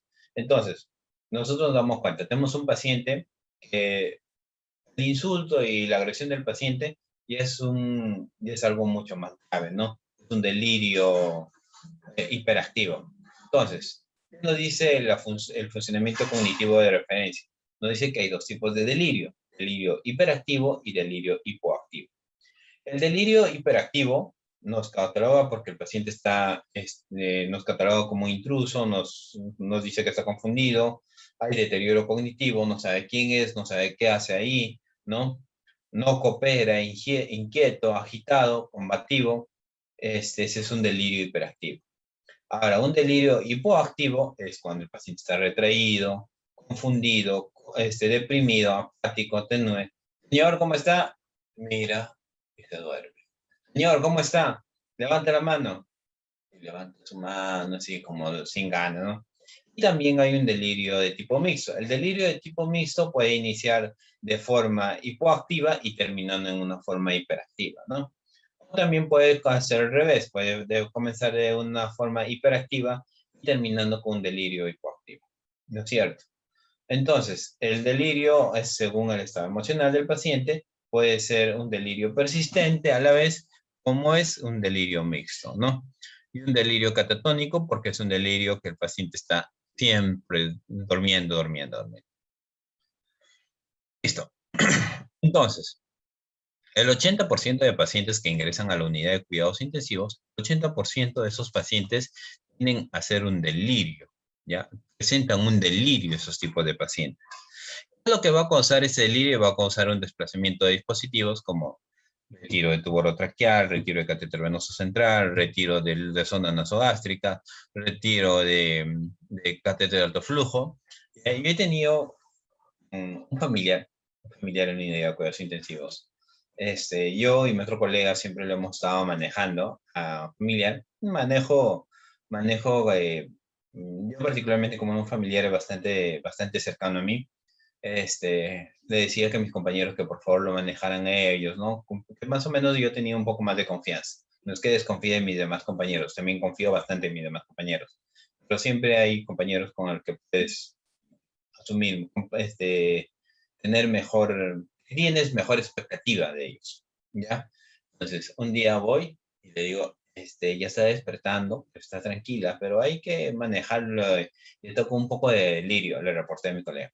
Ya, me dijo mi colega va, empezó, y como no manejamos un solo paciente, manejamos hasta 2, hasta 3 pacientes, me dijo mientras que estaba bañando va y le encuentran en su mano, le encuentran la sonda nasogástrica siliconada. Estaba con su sonda nasogástrica siliconada en su mano. Yo voy y le hablo y le digo, pues señor, ¿qué pasa? ¿Qué sucedió? Y la señora, y ya extubada, ¿qué pasa? No, me dice, es que había un gusanito que estaba en mi nariz y que yo le he retirado de poquito a poquito, y lo he tenido en mi mano hasta que vino el enfermero. O sea, se dan cuenta, o sea, inconscientemente la paciente pensaba que era un gusano que estaba en su nariz y que no era una zona nasogástrica, ¿no? ¿Por qué? Porque probablemente en un momento despertó y nadie le dijo, señor, usted tiene una zona nasogástrica en su naricita por donde usted se va a alimentar y va a estar con una alimentación continua por ahí. Pero no, la señora pensaba que era un gusano, había cogido un gusano que estaba metiendo en su nariz y que por eso se lo ha sacado y me dijo, y cuando vino el enfermero, yo vi y yo se lo entregué en su mano al enfermero. Además, no me hice daño porque me lo retiré poquito, despacito, porque sabía si no me retiraba poquito a poquito, me podía quedar dentro de la nariz. O sea, hay ese tipo de delirios en los pacientes, pasan esos tipos de delirios en los pacientes. Entonces, ¿cómo podemos ver? Evitar hablar continuamente para evitar el desplazamiento de dispositivos de estos tipos de pacientes. Otra cosa es neumonía aspirativa. Neumonía aspirativa, porque el paciente está que muerde el tubo, derecha, izquierda, mueve la cabeza. Al mover derecha, izquierda la cabeza, ¿qué es lo que va a pasar? Va a ver, acá se retira un poquito, para acá se retira el tubo es en la boca, para acá, y se va desplazando poquito a poquito. De lo que tu fijación de tubo estaba en 22, luego te das cuenta, te acercas y está en 19. ¿Qué es lo que crees? Se ha desplazado el tubo. Al desplazarse ese tubo, ¿qué es lo que vamos a hacer? Por el miedo a que el médico nos grite, nos llame la atención, desinflamos el CAP y metemos el tubo. Eso es lo que gran mayoría de nosotros hacemos. Desinflamos el CAP, metemos el tubo. Pero no nos percatamos que al momento de desinflar el CAP, las secreciones que estaban a nivel de la faringe, de la tráquea, terminaron ingresando a las vías aéreas. Aspiras y aspiras toda la secreción que has ingresado. Entonces, ¿qué ha pasado? Una neumonía aspirativa por una agitación. ¿Qué más vamos a encontrar en ellos? Una neumonía aspirativa. Vamos a ver que el paciente está sedado. Como está con fentanilo, midazolam, el peristaltismo intestinal tiende a disminuir. Entonces, le estamos administrando constantemente Y hoy día en la mañana el licenciado se olvidó medir residuo gástrico. Ya, pero el paciente ya iba teniendo un residuo gástrico en la noche de 200, de 300. Ya el licenciado se olvidó de medir su residuo gástrico, ya, y inicia la dieta a las 10 de la mañana. Luego de terminar la dieta a las 10 de la mañana, continúan administrando la dieta y a las 12, a la 1 del mediodía el paciente empieza a vomitar. Bah, bah, bah. ¿Ven? Y todas las secreciones se terminan pasando hacia las vías pulmonares. ¿Qué pasó? Pasó una neumonía aspirativa porque no hemos medido adecuadamente el residuo gástrico, ¿no? Una. Esa es otra. Otro riesgo de caídas. Sí o sí, si un paciente está con delirio, hay que tenerlo con una sujeción mecánica y para poder evitar riesgo de caídas. ¿Y cómo hacemos sujeción mecánica al paciente? No lo hacemos sujeción mecánica lateralizado, sino en supino, ¿ya? Mirando para arriba. Al mirar para arriba, ya sabemos dónde se hace la lesión por presión, ¿no? Sacro, omóplatos, talón. Entonces hay que tener bastante cuidado, ¿no? Listo. Lo que pasa con un paciente precipitantes del delirio. ¿Qué es lo que causa a los pacientes que son precipitantes de delirio? El envejecimiento neuronal. Al haber un envejecimiento neuronal, va a haber delirio. Neuroinflamación, va a haber delirio. Estrés oxidativo. Aquí llamamos estrés oxidativo. ¿Ya? Desregulación neuroendocrinal. Alteraciones hormonales, ¿no? Regulación circadiana. Alteración del sueño, ¿no? El estrés oxidativo nos va a dar una reducción de neurotransmisores, o sea, catecolaminas, acetilcolina, todo eso va a empezar a descargarse en abundante cantidad. Al haber toda esa descarga de cantidad, va a haber una desregulación de neurotransmisores, ¿no? Regulación, va a haber una desconectividad de red. ¿Qué quiere decir? Tanto tiempo que ha estado sedado, o sea, no sabe de lo que ha pasado. Entonces, de un momento a otro se conecta y va a empezar a haber unas alteraciones. Esta desconectividad de red nos va a dar una hipótesis de falla en la integración, un fenotipo de delirio. Este fenotipo de delirio nos va a causar morbilidad física y psicológica. Y eso incluso nos puede llevar hasta la muerte, ¿no? Y ahora, pero si nosotros tenemos una falla en la integración, vamos a catalogarlo entre hiperactivo, mixto o hipoactivo, ¿ya? Pero si no, fenotipo de delirio que va a aumentar la mortalidad, va a haber una recuperación funcional completa. Son dos cosas. Te lleva a la muerte, te lleva recuperándote por completamente.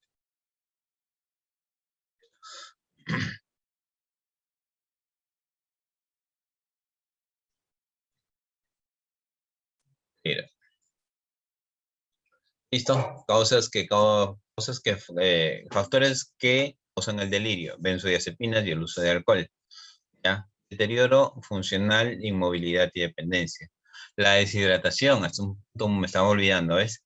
Evitar la deshidratación del paciente. La deshidratación del paciente sí o sí te va a causar una alteración, te va a ocasionar delirio en el paciente.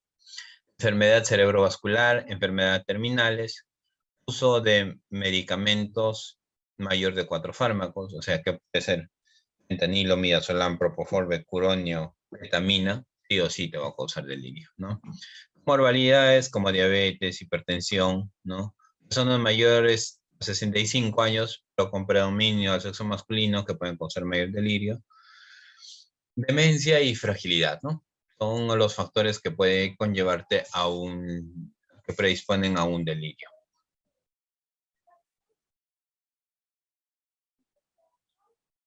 Listo. Si nosotros tenemos una sospecha clínica, evaluamos la historia clínica, en la historia clínica evaluamos los síndromes, los criterios clínicos del delirio, si no presenta los criterios, catalogamos como un diagnóstico diferencial de demencia, lesiones cerebrales localizadas, trastornos psiquiátricos. Pero si vemos una alteración en los criterios, catalogamos un síndrome confusional agudo, ya que para eso debemos hacer una exploración física, examen completo de iniciales, Identificación de la etiología, exámenes complementarios, ¿no? Para poder ver qué grado de delirio tiene el paciente.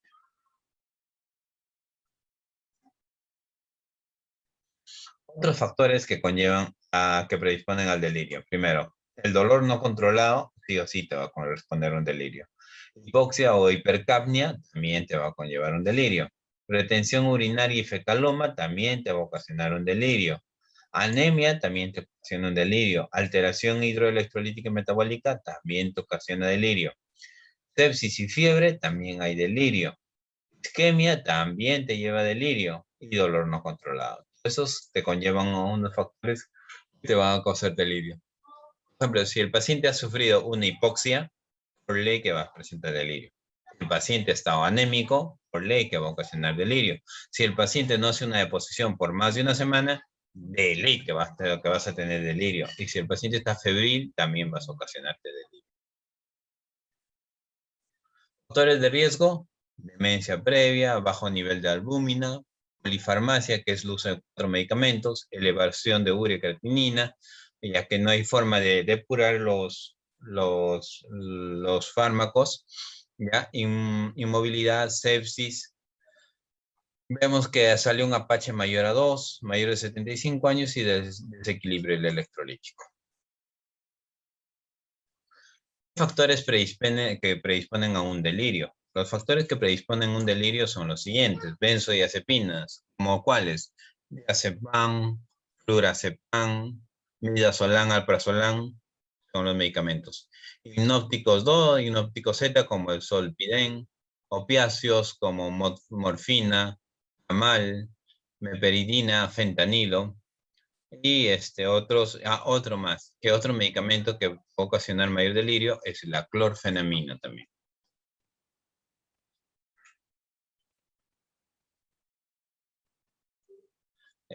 Muy bien, las preguntas que le están haciendo lo vamos a responder al final, por favor, ya, más o menos continuar la exposición. No ténganlo por seguro que todas las preguntas que ustedes están haciendo lo vamos a responder. ¿Ya? Los corticoides también predisponen al delirio, ¿no?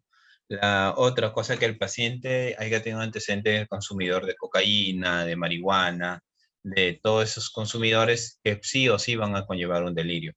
Yo cuando estaba haciendo mi especialidad, una vez me fui al REVA a hacer mis prácticas de especialidad de UCI. Le hablo hace 12 años atrás, por lo menos. Ya, cuando estaba haciendo mi especialidad, vi a un señor, yo vi a un señor que estaba pasando por el costado cargando una bolsa. Luego, pasa como 5 minutos y le veo arrastrando una caja al señor, ¿ya? Y luego, después de 5 minutos, lo veo sentado en un lado al señor con una caja. Me acerco al señor a preguntarle y era un paciente. Ya era un paciente que, según él, se había perdido de su habitación y no sabía dónde estaba su habitación. ¿Ya? ¿Y qué es lo que estaba arrastrando como con una caja? Era su drenaje torácico. Estaba caminando con su drenaje torácico arrastrando el paciente. O sea, y esos tipos de delirios también, donde de un momento a otro tú estás de lo más cordio y de un momento a otro plum, llegas a olvidar todo y no sabes dónde estás. ¿Ya? Hay que tener bastante cuidado con eso. Los antibióticos también tienden a causar un ligero delirio. ¿Ya? Seguimos.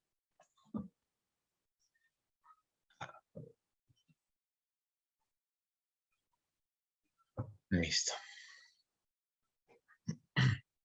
Esta es una escala para poder evaluar también. Nos dice, si tiene más o más de... Si nosotros tenemos un paciente que está con una pseudoanalgesia, pues evaluamos la escala de Ritmonch o la escala de Rasch. ¿Ya? En esta escala de Rasch, si nosotros tenemos escalas positivas, por lo general va a haber una dependencia de delirio. ¿Ya?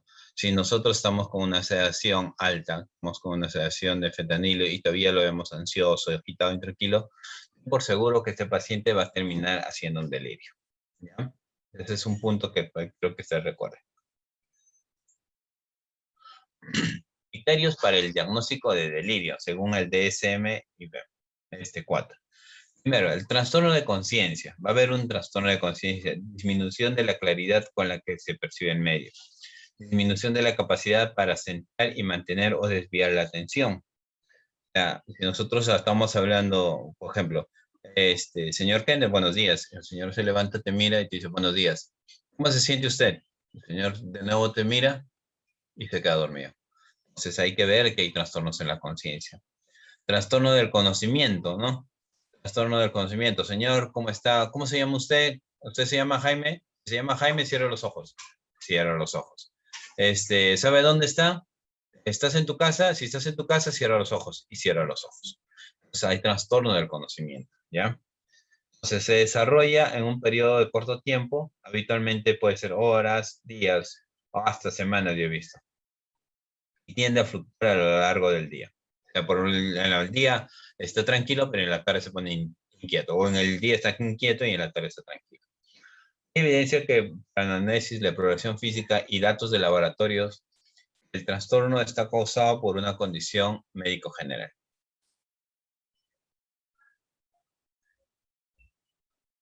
Listo. Aquí, esto es lo que quiero que ustedes tengan bastante conocimiento. Y son la valoración del delirio en un paciente grave esa es la valoración del CAMICU. Ya es, vamos a ver. Primero, ¿qué tenemos? Existe una evidencia de cambio agudo del estado mental. Como les expliqué, si hay algún cambio en el estado mental. Señor, ¿cómo está? Buenos días. ¿Usted se llama Carlos? Y te dicen, no, o no, o si me respondes con sí, no, sí, o cierra una vez, dos, cierra dos veces, no, o mueve la cabeza. Le dices, ¿tú te llamas Carlos? Y te dice sí, pero no, pues se llama Marcos, ¿no? Algo así. Hay fluctuaciones en comportamiento de las últimas horas, pues en que en el día haya estado tranquilo, no ha molestado a nadie, pero en la noche está súper inquieto. 2. Inatención. Grado de evidencia puede ser, compromete la parte visual, alteración, un examen de tamizaje de atención. Ahorita lo vamos a ver cuál es ese examen de tamizaje. El criterio 3 es el pensamiento desorganizado. Hay evidencia de pensamiento desorganizado incoherente, las respuestas inadecuadas. Y, por ejemplo, tú le preguntas, ¿no? Señor Jaime, ¿usted sabe que la piedra puede flotar en el agua? Y el señor te dice, sí. Entonces, ahí tenemos un pensamiento desorganizado, ¿no? O le puedes decir, ¿existen elefantes dentro del mar? Si te dicen sí, ya, pues no, habría que ver. ¿Qué te dice? Dice que es incoherente con respuestas incorrectas de dos o más de las 4 preguntas y no obedece órdenes, ¿no? Entonces ahí podríamos catalogar que sí va a presentar un delirio el paciente. Nivel de conciencia alterado, un RAS menor a 0, ya podría ser. Y criterios 1 y 2, cualquiera de esos dos criterios, 3 y 4 dan un diagnóstico al delirio. Examen para evaluación, acá tenemos el examen, ¿no? Primero podemos enseñar Primero, cuando nosotros podemos evaluar con un puntaje que es para fácil de memorizar, que las letras tengan para. Entonces, le dice, señor, quiero que usted me responda o mueva la cabeza cada vez que, o me aprietas la mano cada vez que escuches la letra A. Entonces, no vas a decir los abaratarán, no. A ver, señora, comenzamos. Entonces, dices A, y si la señora te aplasta, ya, va 1. B, no te aplasta, muy bien. A, no te aplasta, entonces va teniendo un error. R, te aplasta y tiene un error, entonces probablemente que el paciente esté empezando a tener delirio porque no tiene esa concentración como para que pueda ver. Si tiene más de 2 errores, ya se considera un riesgo a delirio del paciente.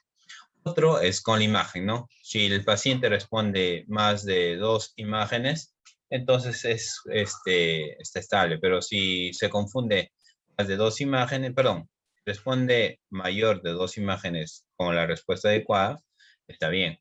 Pero si falla más de 2 respuestas, entonces el paciente está mal. Tiene un delirio el paciente. Entonces, de eso trata este cuadro de delirio. ¿Ya? Primero, la confirmación de delirio ya es de forma rápida según el campo, ya.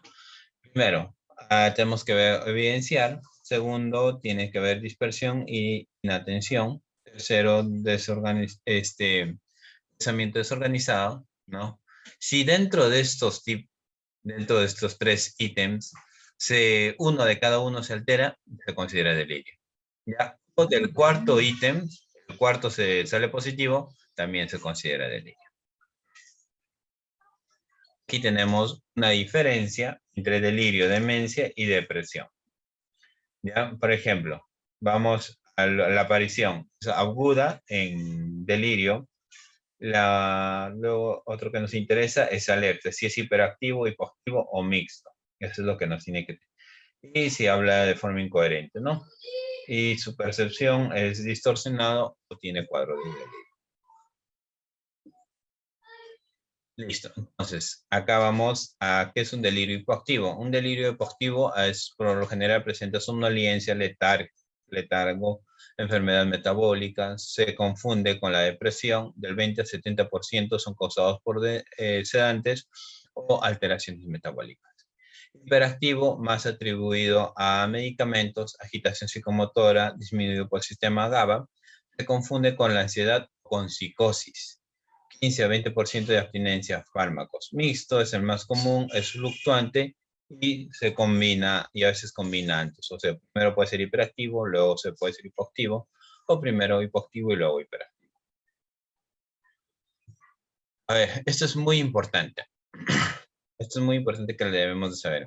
Para nosotros poder detectar un delirio, para poder sacar diagnóstico de KMICU, primero, si hemos valorado y a la vez tenemos un RAS normal, ya, o sea, por hoy, ahorita está con un RAS 0 y más rato está con un RAS -2, entonces ahí podemos observar y catalogar que tiene un diagnóstico positivo a delirio, ¿no? Pero si tenemos inatención y raza normal, también catalogamos un deterioro, un delirio, ¿no? Pero si el paciente está con un RAS normal, ya nosotros tenemos que un RAS 0 y todo el momento está con RAS 0, hay riesgo de que el paciente no haga, hay beneficio que el paciente no haga delirio. Si el paciente está despierto y alerta, pero sin necesidad de agitarse, entonces el paciente está tranquilo y no presenta delirio. Si el paciente está atento a todo lo que tú haces, hay riesgo de que el paciente no presente delirio también.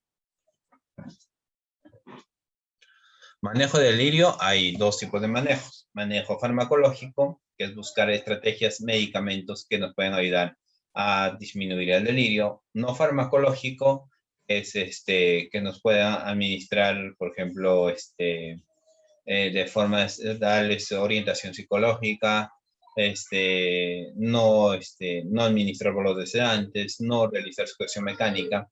Para eso es el no farmacológico. A algunos pacientes se les puede tratar de forma no farmacológica, pero a algunos pacientes sí hay la necesidad de manejar el delirio de forma farmacológica.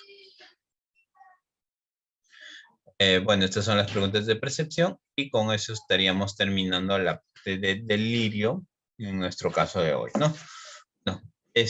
Bueno, estaríamos dando concluido la parte de delirio.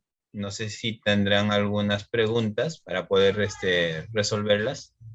Claro. Sí, licenciado Kenneth, hemos terminado ya el segundo tema. Vamos a responder la ronda de preguntas.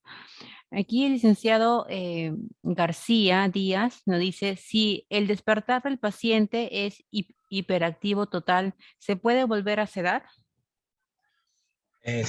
Hay que ver, primero, si el despertar hiperactivo del paciente es a causa de una infección, se tiene que volver a sedar, porque no hay forma, o sea, lo que le está causando ese delirio es la infección propia. Entonces, así tú le pongas olanzapina, quetiapina, risperidona, aloperidol intramuscular endovenoso, tú así lo estés administrando todo eso, el paciente sí o sí va a presentar delirio. ¿Ya? ¿Por qué ese delirio? Porque es a causa de la sepsis. Pero si el paciente ves PCR normal, calcitonina normal, leucocitos normal, no hay cuadros de fiebre o fiebres intermitentes, sí, ya no se tiene que volver a sedar. Hay que tener bien en claro eso. Si nosotros vemos una causa X que esté causando ese delirio, hay que tratar de controlar esa causa. Primero controlamos esa causa y luego continuamos con el delirio. Yo creo que esa resolvería la pregunta. Sí, muchas gracias. Igualmente, el licenciado García Díaz nos pregunta el haloperidol prescripto, ¿con qué frecuencia le aplico durante el despertar del paciente? El haloperidol lo vamos a tocar en el siguiente tema. El siguiente tema es el haloperidol también. Pero el haloperidol que nosotros tenemos, sí o sí tiene que ser, bueno, nosotros estamos hablando del delirio en pacientes críticos en la unidad de cuidados intensivos. Ojo, hay que tener bien claro. Pero delirio delirio por una esquizofrenia o delirio por un problema patológico, entonces hay que ver eso a necesidad dependiendo. Por ejemplo, según lo que vamos a ver más adelante, según lo que nosotros tenemos en conocimiento, se puede administrar hasta 10 miligramos de haloperidol a 4 horas, ¿ya? A 4 horas, o hay una guía donde te dice que tú puedes administrar el haloperidol. Lo administras ahorita 10 miligramos y vuelves a administrar si sigue con esa agitación, dentro de 30 minutos le administras 5 miligramos más. Dentro de 30 minutos, 5 miligramos más, 5 miligramos más, 5 miligramos más, hasta que el paciente esté tranquilo, ¿ya? Pero salió otra guía que dijo y dio a aclarar que eso sería uso excesivo de haloperidol. Al hacer uso excesivo de haloperidol podemos generar reacciones adversas. Entonces, lo ideal es se debe de administrar haloperidol condicional a agitación y asociarlos con otros antipsicóticos, no solamente con el haloperidol. Por ejemplo, yo tengo la oportunidad de trabajar en una unidad de cuidados intensivos y el doctor indica lo siguiente, indica haloperidol condicional, 10 miligramos condicional, pero para eso ya lo ha preparado al paciente, lo ha preparado con quetiapina o olanzapina, puede ser risperidona, clopromacina, puede ser clonazepam, dependiendo, ¿no? Lo ha debido de preparar adecuadamente. Eso creo que, pero, o sea, sobre si hablamos del haloperidol, ya no vamos a hablar mucho del otro tema, porque el otro tema también es haloperidol. Está bien, el licenciado Kenneth. La licenciada Judith Giovanna ha levantado la mano. ¿Puede activar su micrófono, por favor, licenciada? Licenciada Judith, ¿puede activar su micrófono para hacer su consulta? O también la licenciada Edith. No hay consultas. Bien, la licenciada Marilu González Navarro, buenas tardes. ¿En qué momento se retira o destetar el relajante muscular y cuál sucesivamente se va retirando? A ver, les vuelvo recordar. Si nuestro paciente tiene los parámetros sépticos en 0, ya vemos tomográficamente, por ejemplo, relajante muscular utilizamos para pacientes con distrés respiratorio. Ojo, hay que tenerlo bien en cuenta eso, ¿ya? Si nosotros tenemos un paciente que es séptico, ese paciente séptico sacamos del cuadro de sepsis, pero no utilizamos relajante muscular. Relajante muscular utilizamos más que todo para aquellos pacientes que estén con un distrés respiratorio. Bueno, si tienen distrés respiratoria, le iniciamos el relajante muscular al paciente. Entonces, primero tenemos que observar eso. Bajo el cuadro de sepsis, ¿ya? No tenemos los parámetros sépticos, no tenemos nada. Pero llevamos una tomografía y en la tomografía nos damos cuenta que el paciente tiene aún compromiso de inflamación, ¿ya? Ojo que la inflamación y la sepsis son cuadros muy distintos. Hay todavía compromiso de inflamación. Entonces, si hay compromiso de inflamación, el paciente no va a tolerar el DCT, ¿ya? Pero si nosotros vemos que ya no hay compromiso de inflamación, entonces lo primero que empezamos a retirar, lo adecuado, las guías te dicen lo siguiente: el becuronio no se retira de forma progresiva. El becuronio no es que, licenciado, el doctor viene y dice, becuronio, retiro progresivo. Eso es porque hay médicos que son nuestros amigos y saben que cuando nosotros le vamos a pagar el becuronio al paciente, el paciente va a empezar a moverse, a agitarse. Entonces dicen, no, mejor hay que retirarlo progresivamente. Pero no, pero el becuronio sí se puede apagar. Si está a 10 cc de infusión, se le puede apagar ese momento y manejar con la sedación. O sea, podemos retirar becuronio, ¿ya? Retiramos el relajante muscular, pero el paciente estaba con fentanilo, midazolam y becuronio, ¿no es cierto? Retiramos el relajante muscular, pero al retirarle el relajante muscular, el paciente empieza a presentar asincronía, todo eso. Si el paciente está sano y ya no tiene inflamación, ya no reiniciamos el relajante muscular. Lo que deberíamos de hacer es iniciar otro sedante o otro antipsicótico novenoso, ¿no? Podríamos iniciar otro hipnótico, perdón. Podríamos iniciar Precedex, midazolam y fentanilo. Que cada uno tiene acciones distintas y actúan de distinta manera. Uno podría hacer eso. No funciona el Precedex, entonces podríamos iniciar otro sedante, que es Propofol, midazolam y fentanilo. Recuerden que les dije que la relajación, bueno, yo no les dije, no, discúlpame. La relajación muscular, ¿ya? Se da y el medicamento actúa sobre la parte muscular del cuerpo. O sea, ¿qué quiere decir? Que los músculos, así tú mandes todas las órdenes que tú quieras, no te van a obedecer, porque bloquea rotundamente la actividad muscular. Así tú hagas lo que quieras, no vas a poder mover, porque eso es lo que hace un relajante muscular. Bloquea la actividad. Al bloquear esto, ya, más estar sedado te va a ocasionar sedación. Pero cuando tú empiezas a retirar ese bloqueo, los músculos van a empezar a querer trabajar, van a entrar en un éxtasis, ¿no? Entonces, pero al presentar ese éxtasis, el paciente empieza a tener mal patrón respiratorio.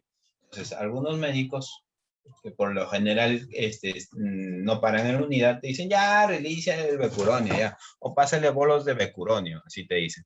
Pero no, lo ideal es pasar y adecuadamente iniciar otro sedante. Por ejemplo, podemos iniciar Propofol. Iniciamos Propofol y el paciente se va tranquilizando progresivamente. O podemos iniciar Precedex y el paciente va tranquilizándose progresivamente. O podemos iniciar quetiapina también y el paciente va progresando, progresivamente va saliendo y va a haber un delirio. Primero retiramos el relajante muscular. Puedes retirar de dos formas. Como le dice la guía, que puedes apagarlo de un momento a otro, que no hay ninguna diferencia entre apagar en disminuir progresivamente, eso te dice, o puedes ir disminuyendo progresivamente. Este es uno. Pero sacamos pero el paciente empieza a tener asincronía, iniciamos sedación. Otra sedación adicional puede ser ketamina o propofol. Iniciamos propofol, el paciente no se tranquiliza, iniciamos ketamina, el paciente se tranquiliza. Estamos ya con 5 sedantes. Entonces, luego que empezamos ¿qué medicamento empezamos a destetar? Si iniciamos ketamina, si iniciamos propofol, empezamos a retirar el midazolam progresivamente y que vaya quedando con propofol, ¿ya? Entonces, retiramos progresivamente el midazolam. Ahora, ya tenemos propofol, ketamina y fentanilo. Entonces, lo que vamos a seguir retirando va a ser la ketamina, sino va a ser el fentanilo. Empezamos a retirar el fentanilo progresivamente hasta apagar, porque recuerda que la ketamina también tiene un efecto analgésico. Entonces retiramos el propofol. Entonces el paciente ya queda con un sedante liposoluble que es más volátil, es rápido de depurar, a la vez queda con una ketamina que también tiene un efecto hipnótico, ¿no es cierto? Entonces ya va quedando, y si ustedes se dan cuenta, ya salió de becuronio, ya salió de fentanilo y ya salió de midazolam y solamente quedando propofol y ketamina. Retiramos, luego que vamos a retiramos el propofol progresivamente, pero para eso debes de iniciar un sedante, no me acuerdo ahorita bien, debes iniciar el Precedex. Inicias el Precedex, al iniciar el Precedex ya empiezas a sacar propofol. Sacas el propofol, te depura el propofol, quedando con ketamina y Precedex. Luego retiramos la ketamina e iniciamos tramal. Terminamos tramal, al final el paciente termina estando con ketamina y tramal. Entonces le hablo de los medicamentos endovenosos, ¿no? Pero a la vez también se puede hacer ya por sonda nasogástrica, se les puede administrar otro tipo de medicamentos antipsicóticos que tienen mejor efecto sobre los pacientes. Muchas ¿Listo? gracias. Tenemos 3 consultas más. Licenciado, ¿quién lo contestamos ahora o lo contestamos después de su siguiente tema? Mejor lo contestamos ahora, que son de temas. Perfecto. La licenciada Jessica Canto nos dice, si la infusión del rocuronium está en 25 o en 20 CCH, igual lo puedo suspender sin retiro progresivo. Sin retiro progresivo. Lo que nos tiene que quedar en claro es una cosa, si el paciente está sano, ya no necesita ese medicamento. Ya no necesita. Porque tú ya no necesitas dormir el músculo. El músculo está sano. Si el pulmón está sano, ya no necesitas. Es como un ejemplo, ¿no? Por ejemplo, cuando tú vas a una sala de operaciones, te operan, te ponen incluso hasta barbitúricos, te operan. ¿Cómo te lo suspenden? No te lo suspenden así progresivamente. Lo suspenden, ya terminó la cirugía, ¡pum! Papá. ¿No es cierto? Entonces, no hay necesidad de iniciar progresivamente. Ahora, el bromuro de rocuronio también tiene un efecto es mucho más volátil, se elimina mucho más rápido, ¿ya? El bromuro de becuronio. Entonces, si nosotros tenemos a 15, 20 cc, yo particularmente soy de la idea de la siguiente. Podemos apagarlo, ¿ya? Y si en caso que el paciente empiece a presentar una sincronía así tremenda, sobre que estamos utilizando otros medicamentos adicionales, como quetiapina, risperidona o Presex, empieza a tener una sincronía, vamos a mandarle un bolo, pero ya no iniciar infusión. Vamos a mandar un bolo de 5 miligramos bueno, el becuronio viene el bromuro de rocuronio creo que viene de 50. Podemos administrarle 5 miligramos o 50 miligramos, ¿no? O 10 miligramos y seguir así el primer día hasta que el paciente hasta que la quetiapina y la risperidona tiendan a ver mejor.